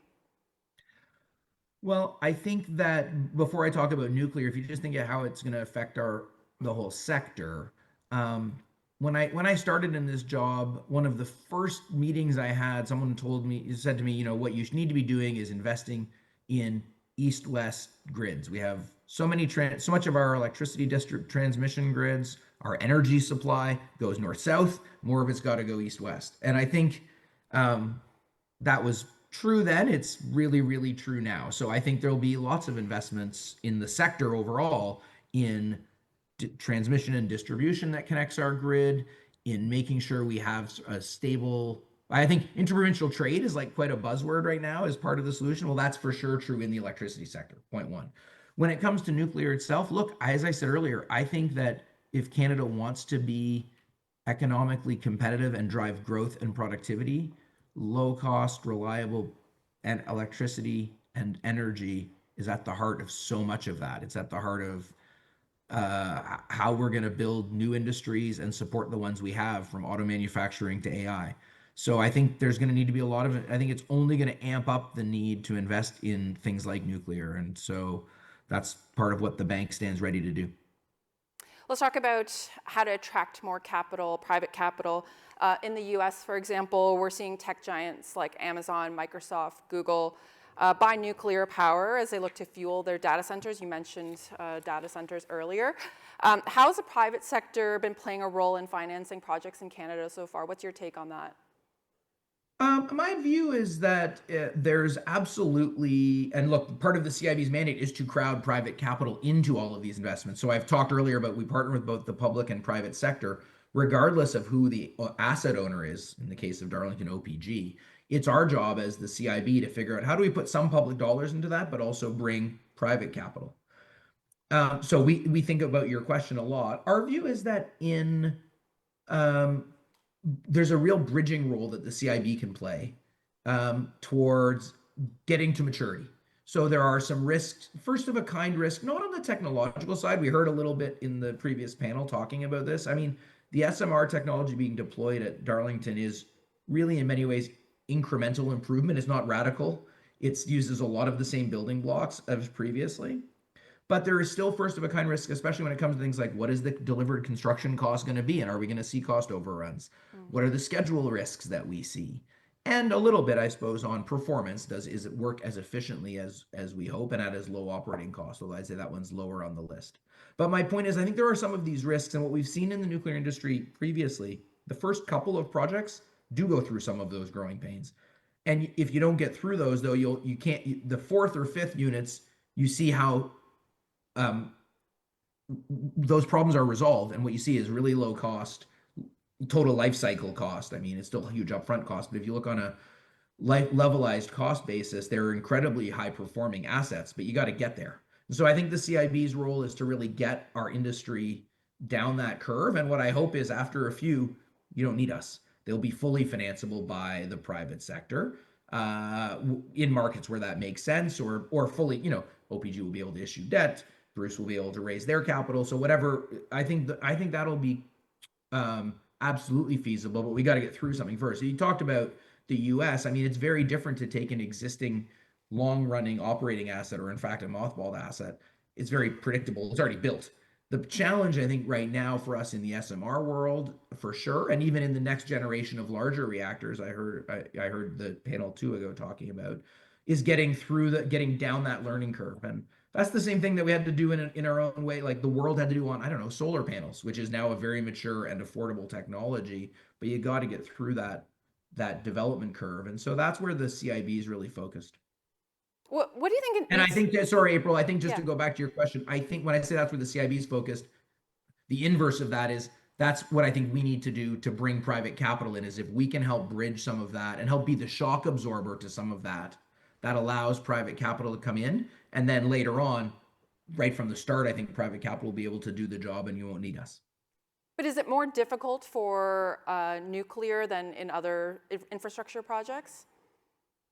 Yeah, I think the idea of something like the CIB is to be a risk-taking entity and to identify for each sector what is the barrier to why that thing isn't getting built. And like I said, once you're down a certain maturity curve, the CIB might not be needed at all. But if you think of our business, we have investments, just to give you a very different example, but this audience will intuitively understand. Like, we have loans in the EV charging space for broad networks, public networks along our highways. Why? Because the early investors in those, the private sector, there's a ton of uncertainty about what usage is going to be, what's demand going to be like, how much are people going to be willing to pay, and how much are people going to charge away from home versus at home, right? So you're in that business, you're thinking about building a network across the country, and you're like, I can build a business case, but there's a ton of uncertainty.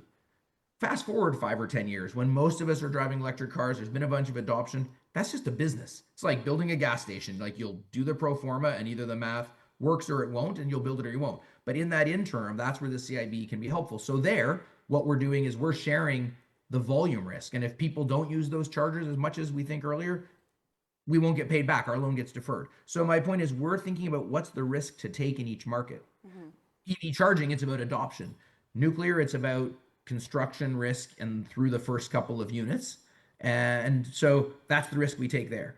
In each of our segments, the job is to find what's the risk that gets in the way, and for us to figure out how can we share it in a way that the private sector can at first participate alongside us and eventually replace us. So is it harder in nuclear? I don't know. It's different. I think what makes it harder is the sheer scale. So like, our investment at Darlington is nearly $1 billion in the early works. And that still doesn't even build us a nuclear island. Like, these projects, even small modular reactors, are multi-billion-dollar investments. And so the risks are not bigger, but they're multiplied by a bigger denominator, if you know what I mean, because you're taking that risk across billions of dollars. And you can pilot, but at some point you have to build at scale, and scale is billions of dollars. That's what we see also in, mega transit projects or something like that. Absolutely, and it requires much more patience. What do you think needs to change in order for the private sector to invest more in nuclear? I think there's a pretty big gap between science and bankers, where perceived risk is still much higher than actual risk. And having spent a bit of time working in the sector in a past life, I have a little bit of insight into this, but I do think there's a pretty big education needed to do about what the maturity of the technology is. So I talk to a lot of private investors who are still very scared, I would say, about base technology, which I don't think they should be. I think it's a pretty well proven and mature technology, actually, in many ways. Like, if you look at the components of the reactor they're going to build at Darlington, most of its elements are actually mature from like a technology maturity scale. So number one, I think, is bridging the gap in understanding between financiers and technologists, I think. And I don't have an answer for how to do that, but I think that's the biggest thing. The second is, I think we need to find innovative ways to bring that private capital in, given our utility structure in this country. The last panel was talking about the Alberta market and being deregulated, but most of our country is still regulated markets with Crown-owned utilities at the heart of them. So figuring out how do those entities, and there are ways, but how are they going to set up structures, special purpose vehicles or project vehicles that allow private capital to go into them. Like, Bruce has that, but we need to do that in other parts of the country, I think, in one way, shape, or form. And I think there's lots of creative ways, OPG is exploring, for instance, how are they going to bring private capital to their projects over time. Going back to SMRs, is the CIB in discussions or interested in supporting SMRs in New Brunswick, Saskatchewan, and Alberta? Yeah, as I said, we speak with the utilities and governments in each jurisdiction to understand their priorities when it comes to cleaning the grid. And so, yeah, we talk regularly with NB Power and the government of New Brunswick. We speak with SAS Power, I shouldn't just say speak with, we're working with both NB Power and SAS Power on some of their renewables build-outs already. We have loans. So these are already partners of ours. So as they move towards nuclear solutions, yeah, we're there to be alongside them. I've got a last question for you. I thought we'd end off with a sort of call to action from Aaron Corey. What do you think needs to be done to move the dial so that Canada can meet its nuclear ambitions and get the funding that the sector needs? I think that it's my call to action, and I've been to lots of conferences about nuclear over the last few years. I feel like when I started my career in the early 2000s, we had this thing we called the nuclear renaissance. We don't say those words anymore because I think the first nuclear renaissance fizzled, but it does feel like we're on the precipice of one. So my call to action is we have a unique opportunity in front of us. As Ramina said on the last panel, like we have the entire nuclear cycle in our borders, from fuel to storage, and we have a labor force and an expertise and a know-how that very few countries in the world have. And there aren't many sectors you can say that about, honestly. There's a pretty short list where we have that level of comparative advantage. It's an amazing resource domestically because it has the potential, as it does in Ontario, to give us clean, affordable power day and night. And it has the potential to be a GDP driver for us outside of Canada. So my call is, that's a limited time advantage we have. And so I think we all have a responsibility, private sector lenders, crowns, or people in the middle like us, and of course the owners of technology and owners of projects, to be much bolder and more ambitious in getting a head start. Because a head start becomes quickly a durable advantage when we are the first people who've licensed one, the first people who've built one, who've built a supply chain and have thousands of people trained and working in the sector.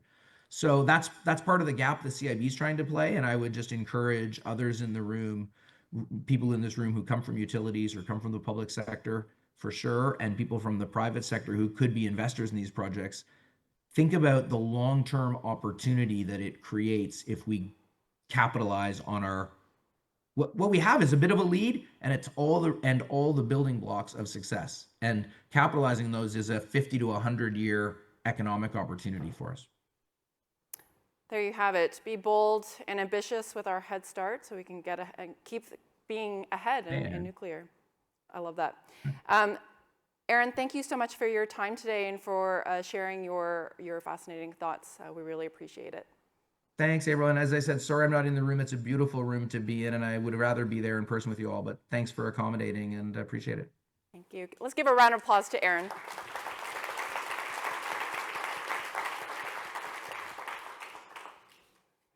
Okay, so I'm going to stay on the stage and introduce our next panel, which is about bridging the nuclear divide.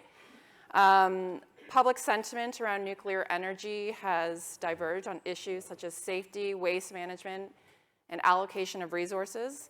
Indigenous communities, of course, are central to these conversations through the lens of risks, opportunity, and reconciliation. So with our next panel, we'll explore how Canada should chart the right course forward for nuclear. And here with me, I'll introduce our panelists, are Tracy Primo, founder and principal of Agile Bear Consulting and board director at OPG. And from Environics Research, we have Sarah Roberton, senior vice president of corporate and public affairs. And finally, I'm delighted to introduce Sean Willey, president and CEO of Desnethi Group. Sean is joining us virtually. Thanks for being here today. Thank you all for joining us. And just a programming note, a housekeeping note, we'll save some time for questions at the end.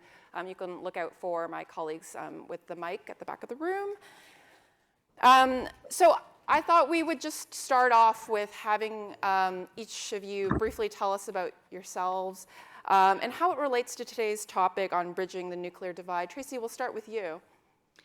Okay, thank you, April. Hello, everyone. Tracy Nijika, Nipissing Inujiba, Magizi Dodam. My name's Tracy. I'm from the Nipissing First Nation, and I'm a member of the Eagle Clan.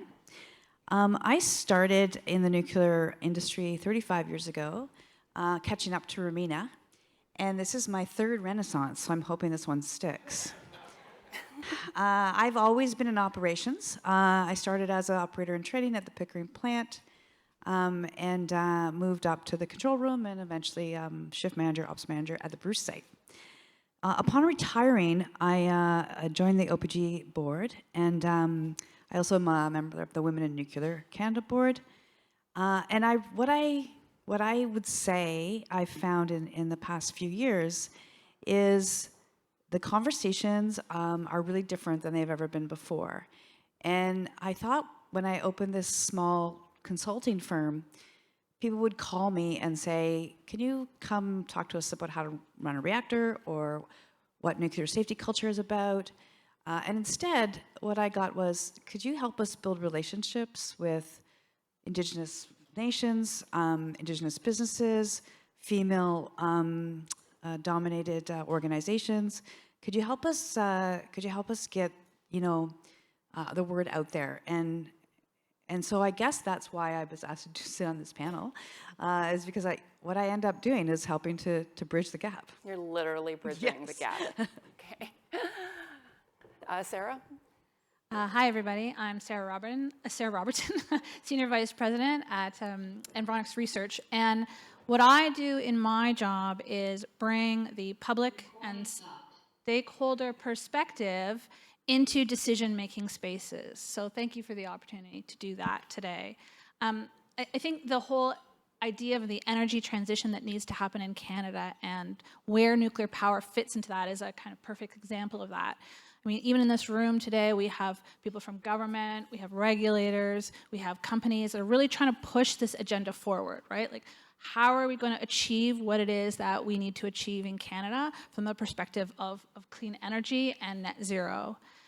On the other side of the table, essentially, is the public and other kind of slices of stakeholder groups within the public.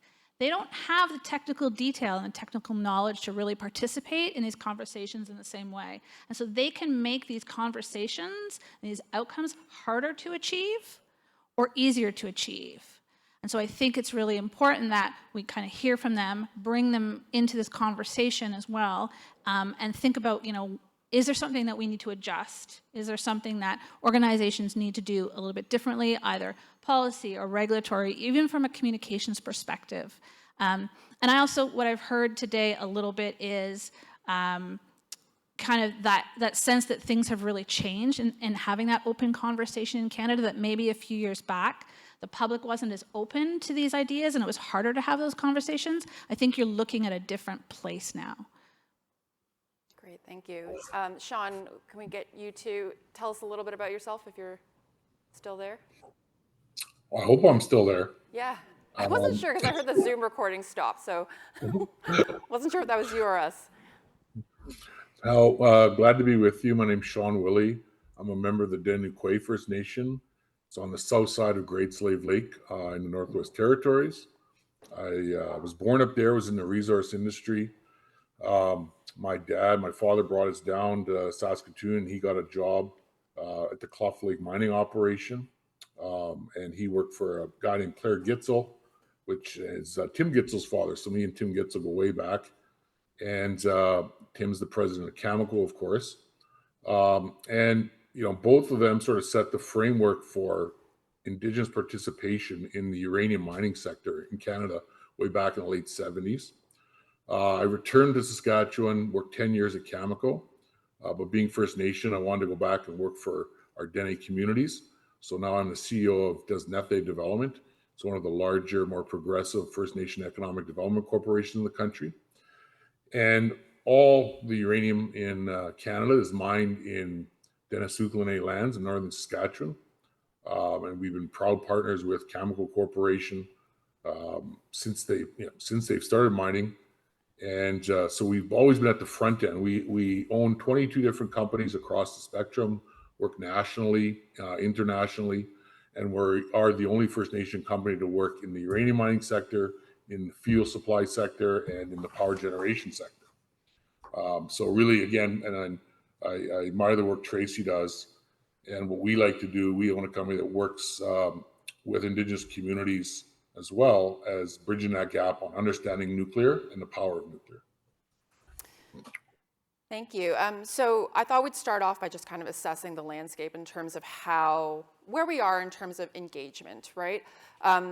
Sarah, I'll start with you. What do you think is the biggest challenge nuclear energy projects are facing in Canada when it comes to engaging with Canadians? So it's a very good question. I think John Gorman spoke earlier and talked about how support for nuclear has grown. I think he had some fresh data in his back pocket there. The data that we have is from the fall. It also shows growing support for using nuclear as a form of electricity in Canada.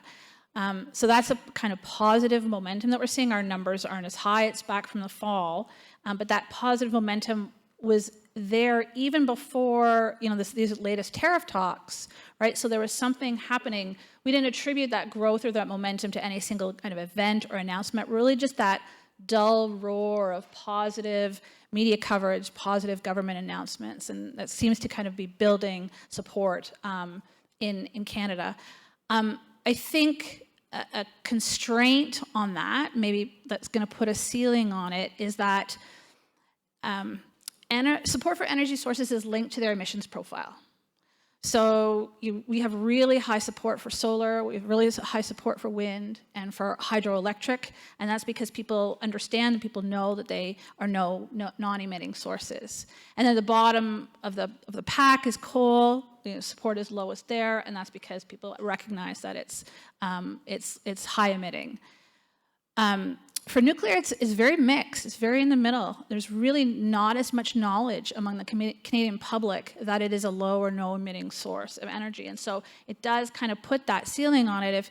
If that's where governments are pushing, both in Canada and internationally, so that we have a strong source of net zero energy, and if the public doesn't understand that that's why that's being chosen, that's a potential risk there. Absolutely. Sean, what are your thoughts on that? What do you think is the biggest challenge when it comes to engagement in the nuclear sector?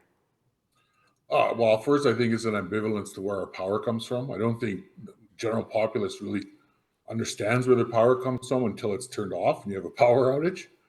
But I'll be positive about this because I think over the last 20 years, we've seen a more educated population understand the difference between base load and peak load. I think we've seen renewables come in and play a role, but not be able to take on a baseload role. I think you've had a younger generation come out and support nuclear and understand the value that it can bring, and that we need energy. We need lots of energy. We need to flood the market with energy so we don't create energy scarcity, because when energy scarcity happens, the larger entities harvest it all. So I think it's moving in the right direction, but yeah, I think, looking back, I don't think many Canadians realize the economic power that Canada has on nuclear, that we've been a leader. But over time, the nuclear industry has started to put lots of positive efforts into communication, outreach with Indigenous communities, so it is moving in the right direction. Tracy? I think that we're finally figuring out that we sometimes need to change the message based on our audience. For a long time, we just talked to each other. And we just used facts and science, and we didn't tell stories. That's a very Indigenous way to, change minds, is to tell stories. So I think, we stood on stages and we said, we don't emit greenhouse gases. We have great jobs. Here's the facts of how safe we are. But we weren't looking out and saying, okay, who are we talking to here? So, for example, women tend to be more anti-nuclear than men. And we kept setting the same people to send them to tell the message rather than sending women and mothers and people who they would relate to. The same is true for our communication with Indigenous communities, and so I think we're finally figuring that out. That's why I think we're seeing a change. We're finally figuring out that we need to change the message based on the audience, not to be too prescriptive there. And also, the climate crisis has brought all kinds of new people to our table. Young people are interested in it. They want to work in something that's going to make a difference to the world, and they're invested. Even if they don't want to work in nuclear, they're not going out and boycotting it. So I think there's that change in generation where what we're seeing is people want to do work that is going to make a difference, and they're finding that in nuclear.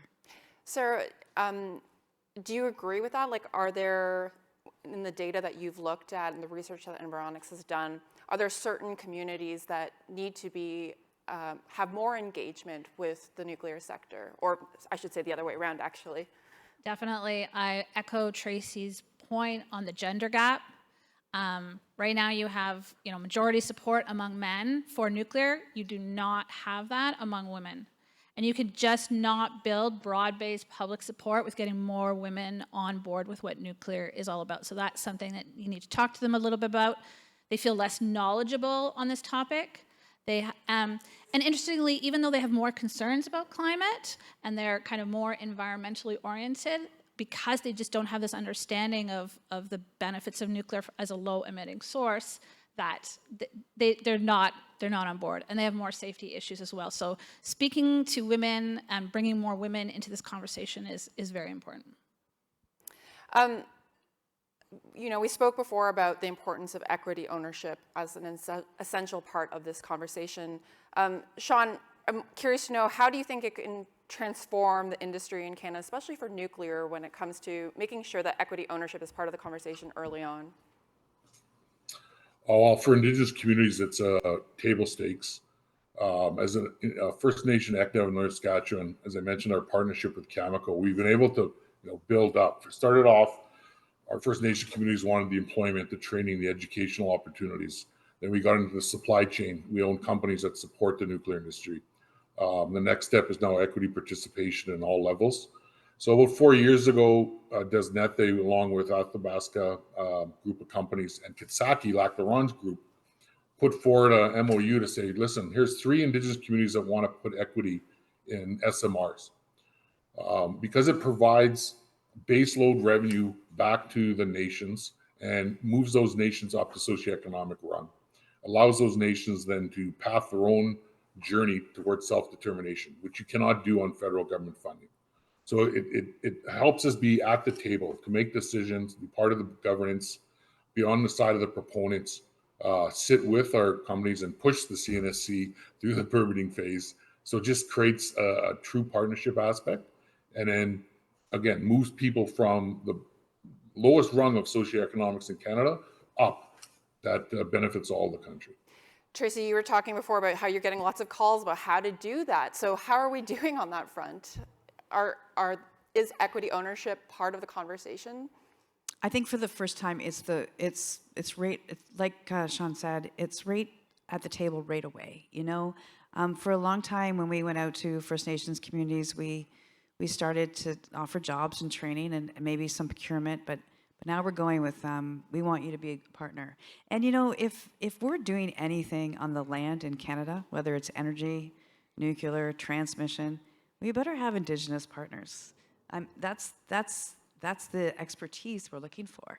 And so you whether they're in your company, your leadership, or you're in a partnership with a First Nation community or another Indigenous-owned business, it's really important to bring that knowledge into your conversation. And when you have partners that are First Nations or Indigenous in general, they're advocating for you at the CNSC table or the provincial permitting table, that whole process is de-risked by quite a bit, just by making sure you develop that relationship early on and walked it together. Yeah, the de-risking part is such a good business case, right? Let's, I'm sure you all have your bingo cards out for this event. Let's talk about energy independence. So Sean, you were just at the Canada-US Economic Summit last week. It's a high-stakes meeting just not too far from here, hosted by the Prime Minister and the Council on Canada-US Relations. What are the key takeaways that you think can be applied to Canada's approach to energy? Well, to me, it felt like a turning point. Everyone's saying the right things, but I think we need to separate the studies from the execution. We have to move with the execution people, and we really need to start getting projects done. But as Tracy mentions, this is not with Indigenous groups on the periphery anymore. And that's what I need to hear more of, is that how, and really get the problem solvers, the people who've done it before, to be part of these discussions early and often. What was really interesting was that nuclear was mentioned for the first 10 minutes of this event in some of the highest light I've seen, and you could feel the love. And I think Ontario's done a great job. Ontario's leaders on nuclear and promoting it on multiple stages allows us to continue that discussion. But it was really interesting as a person who worked in the nuclear industry for 10 years to see the heights it's now reached. It felt like we could do anything with nuclear, but it is a Canadian-led initiative, right? And so everyone wants to wrap their arms around made in Canada projects right now. Nuclear is, to me, an easy button. But again, it's when we say Canadian, there's nothing more Canadian than inclusion of Indigenous communities and businesses driving that forward. Absolutely. Sarah, given all the news on tariffs, this growing sense of nationalism around Canadian energy, what do you think this means for public support and for our approach to nuclear energy? Is there a way to, garner more support in this wave? Yeah, so one of the things we did as part of our research was we tested a few messages to see what would really resonate with people and try to see what might actually kind of motivate them or build support. And so you test a bunch of things, right? You talk a little bit about, oh, well, there's a lot of work being done internationally, so Canada needs to keep up. Okay, yeah, I get that. Or you talk a little bit about jobs and how many jobs the sector offers. And they're like, yeah, I get that. But there were two messages that we tested. One was about the innovation and the leadership that Canada is bringing in terms of its geological repository. And people were like, yeah, I like that message about kind of innovation, Canada being a leader, Canada being number one. And integrated into that is the whole safety aspect of it, which is one of their major concerns. And the second message that really resonated with people was the idea of Canada being a leader, being number one, and having done this before. We have a history of doing this, have a history of doing it safely, on time, and on budget. And when people heard that message, they were like, yeah, I can get on board with that. So there's a predisposition in the public to hear and listen to those kind of nationalistic messages. And I think that's why, to a certain extent, people have responded a lot more positively kind of about nationalism writ large. It's like a Canada strong message that we've been strong, we can be strong in the future for it. A big concern for people is what happens in my backyard. Where does nuclear waste go? You talked a little bit about this, the repository. To what degree, in terms of waste management and how it's managed, to what degree could it hinder nuclear development in Canada, Sarah? So our research is pretty high level. We're trying to understand the Canadian public kind of writ large, and we haven't really dug too deep into the NIMBY issues of siting, right? But what I can say is when we look at support for nuclear, it's highest in provinces that already have a nuclear industry. So support is highest in Saskatchewan, second highest in Ontario, and then New Brunswick after that. So it's kind of like you have experience with it, you rub against it, you understand the benefits it brings to your economy, to jobs, having that electricity on. You have a stronger sense of the importance of that industry. And so I think that speaks a little bit to just the value of having exposure to it, to kind of learn what it can offer. Tracy, you've been in the industry for years. You've been at different levels of the nuclear industry. From an operator level, what do you think is the best example of nuclear waste management done well in engaging with the public with it? Well, Romina talked about what the NWMO has been doing as far as social engagement, and I do agree the global leaders in that area. But as an operator, you know, when we took a new fuel bundle and put it into the reactor, it goes into a computer system now. It used to be written down when I started, and we track that bundle all the way through its life. So it arrives at, for example, the Bruce site. It arrives, it's tracked, it goes through the reactor, it comes out, it goes into a pool, then it goes into another pool, then it goes into a cask. And if the IAEA calls the duty shift manager and says, I want to know where this bundle is, I can find out. And I've always been able to find out. And the amount, and I mean, after I told you not to overwhelm people with facts, here I am overwhelming you with facts. But the interesting thing to me is that, yes, we do have the DGR and a long-term plan for managing waste, but we've always managed our waste well. This is not new. We've always done it right from the get-go. And also right from the get-go, we've been funding the plan to build a DGR. As soon as you start making megawatts, you're paying into the legacy nuclear fund. So those are two things that there's no other industry in the world that does that. You know, solar and wind, as much as I'm pro-renewable, they don't know where all their waste is. And they didn't fund to get rid of it as they started to make money. It's a really different way of looking at it that I think a lot of people just don't know. They don't know that we've been doing it well forever. This is not this long-term thing is new, but we've been doing it for 70 years, and we've been doing it very well. Okay, we've been doing it very well. Sean, what's your take on it? You've got a perspective from the board level, so should they be communicating better?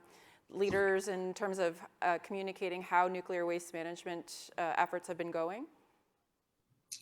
I think Tracy nailed that question. I think that's we've been handling this, like I think we've been handling this for 60 plus years, and it's always referenced of what are we going to do with the nuclear waste?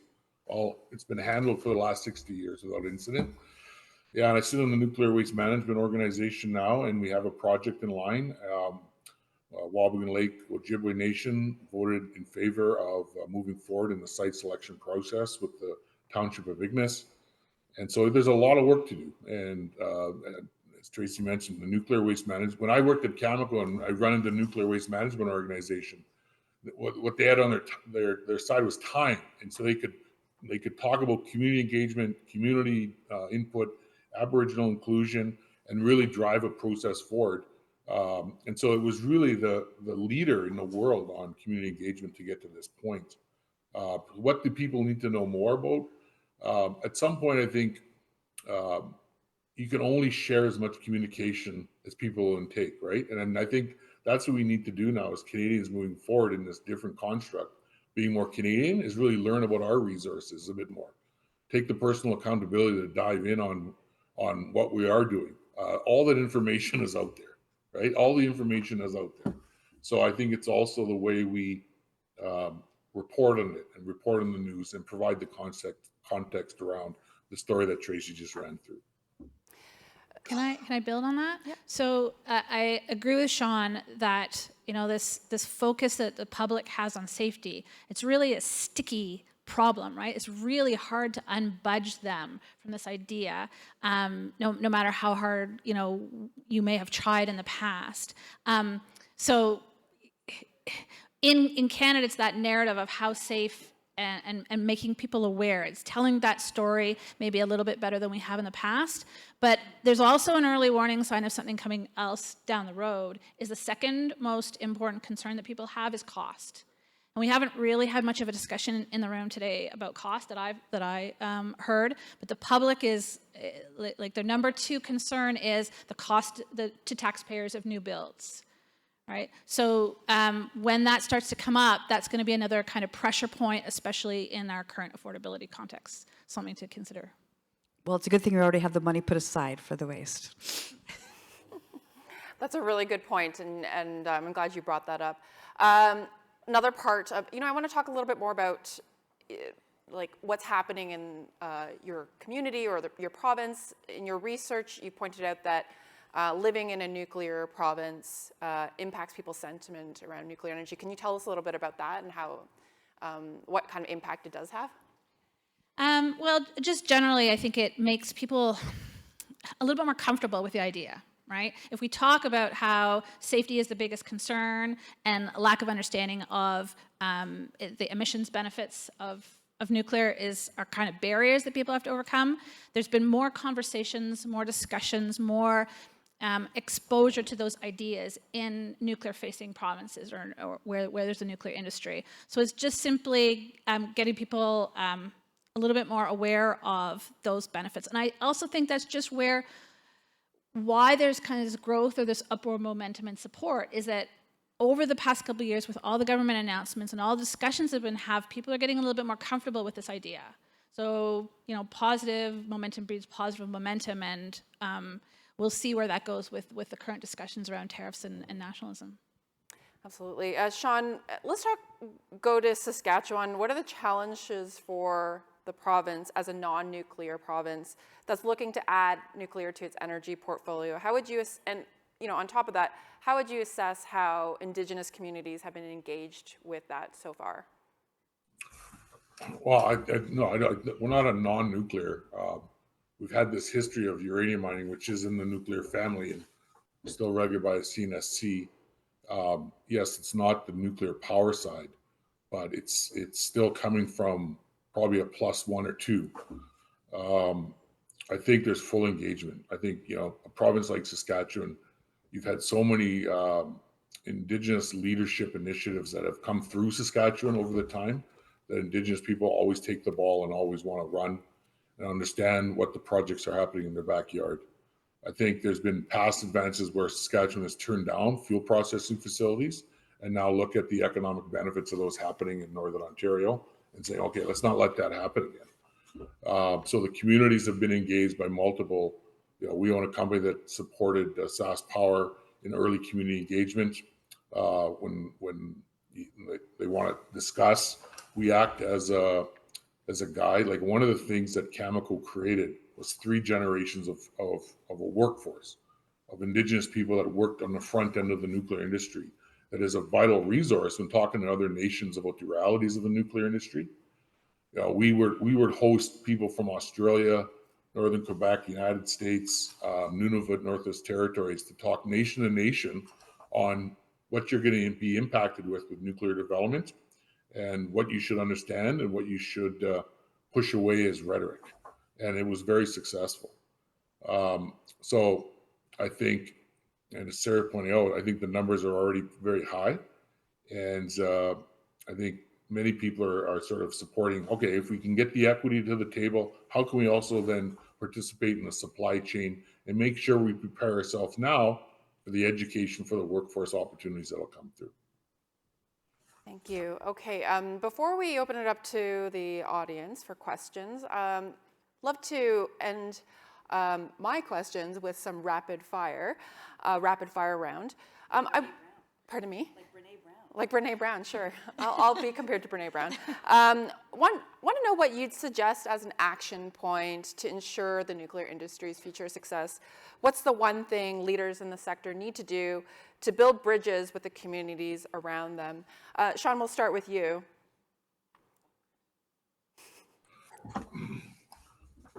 It's just being proactive and reaching out and going to the grassroots communities. Using people like Tracy, who's got a great history. She's been a champion for Indigenous people in the nuclear power generation side. But then connect with the grassroots communities, right? Go and talk to those communities. That's where the power lies within our nations. And, you always hear the adage, just go and have coffee and just build a long-term relationship. We're very relationship focused. We want to build bridges and partnerships with you. So don't just come on the table and say, oh, here's our EIS for a nuclear power plant. But come and visit us and get to know our culture, our ways, and see our challenges. Tracy, you had a shout out there, so I Yeah. think we'll throw it to you next. I know. I mean, I'll just build on what Sean said.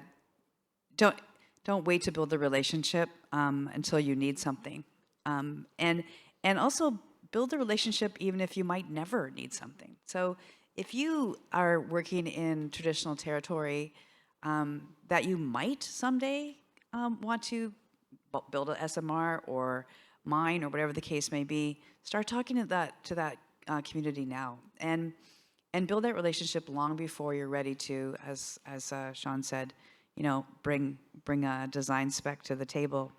And the second thing I'll say is put Indigenous people to the private sector, and I will say also this government, Crown, whatever. Make sure there's Indigenous people in your leadership positions. We need to be seen in every part of the sector. Obviously, on boards is a good place to start, but in your ELT, in your senior management, and your chief operating officer, your chief engineer, start putting Indigenous people in those leadership roles where young Indigenous people will see them and see that's where I can go if I look into this nuclear workforce opportunity. So important. Thank you, Sarah.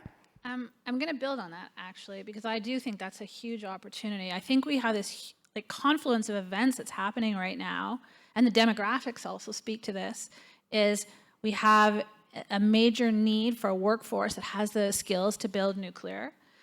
We have a skilled trades gap, like a gap in building the skilled trades in terms of people coming in. We've got an education, post-secondary education sector that's struggling to kind of find its footing right now. And then also kind of the demographics of having a very young Indigenous population, the fastest growing population in Canada. I think I looked up the numbers after we spoke. In Ontario, 3 in 10 Ontarians are under the age of 25. But it's 4 in 10 in Ontario who are Indigenous under the age of 25. So this younger population and the imperative of reconciliation speaks to all these things coming together and kind of building something that's of benefit to Indigenous people and to Canadians as a whole. And if I could just add one more thing, sorry, April. It's not just a benefit to Indigenous people. It can change the GDP of Canada. Having Indigenous people in your workforce as part of your equity, partnering with them is a success, a financial success for our entire country. And we need to keep that in mind. It's not just economic reconciliation for the Indigenous people, it's for the whole country. Absolutely. Such great points and solutions. Engage with the grassroots communities early, focus on talent, and put Indigenous leaders in positions of power at your organizations for the thriving of the nuclear industry. Let's open it up to the audience. I'm sure there are some questions out here. I see one gentleman who's looking for the mic.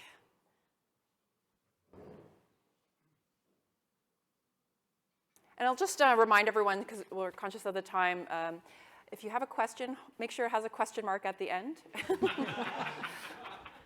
I really have just a comment about the whole afternoon, not about this particular session, which was very, very good. There's been no mention of thermal energy.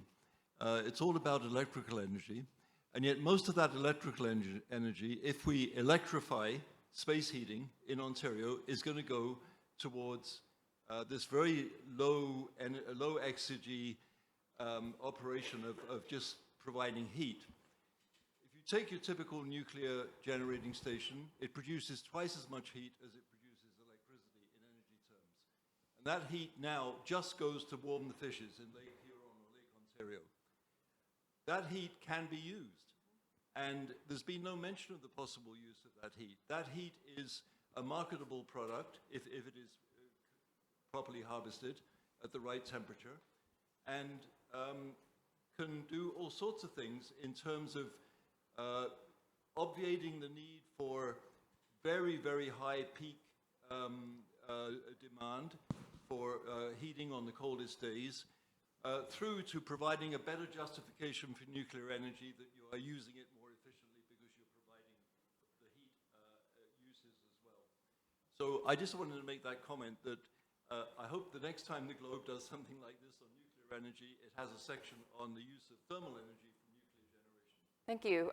You know what, we're going to be looking for your input in the surveys, so thank you for that feedback. Okay, we'll grab another question maybe over here.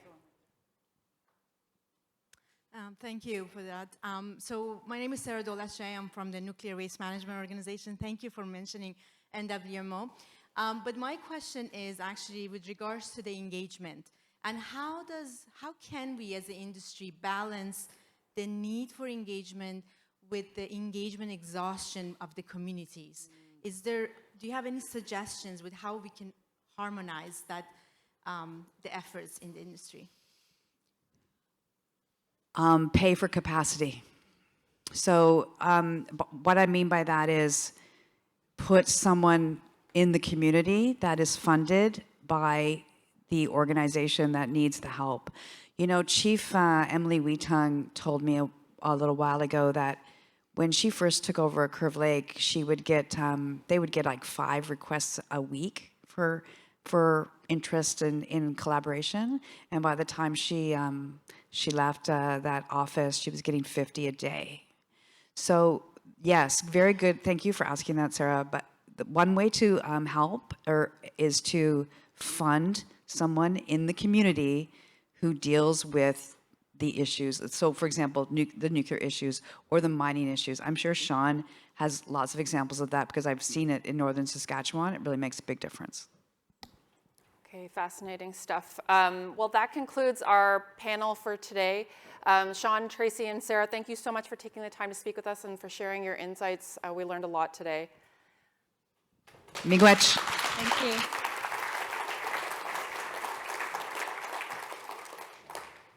Okay, so that wraps up our event. I would like to thank all of our speakers and the audience, everyone here for joining us today, for taking time out of your busy Fridays before the long weekend. On behalf of the Globe and Mail, I'd also like to recognize the sponsors of today's events, Westinghouse Canada and Acon Group. Thank you so much for making this incredible gathering possible. Another housekeeping note, at your tables you'll see other QR codes with a link to a survey about the event. We'd love if you can take a few minutes to provide your input on how today's event went. It'll help us fine-tune events going forward and make them even better for you. So thank you to our guest earlier for your live input. And the programming doesn't end, the programming ends here, but there's more to come. We still have a networking reception that we'd love to welcome you into. I'd like to invite all of you to stay, grab a drink, grab some snacks, and make some connections with the folks around you. Thank you again, everyone. Thank you for coming today.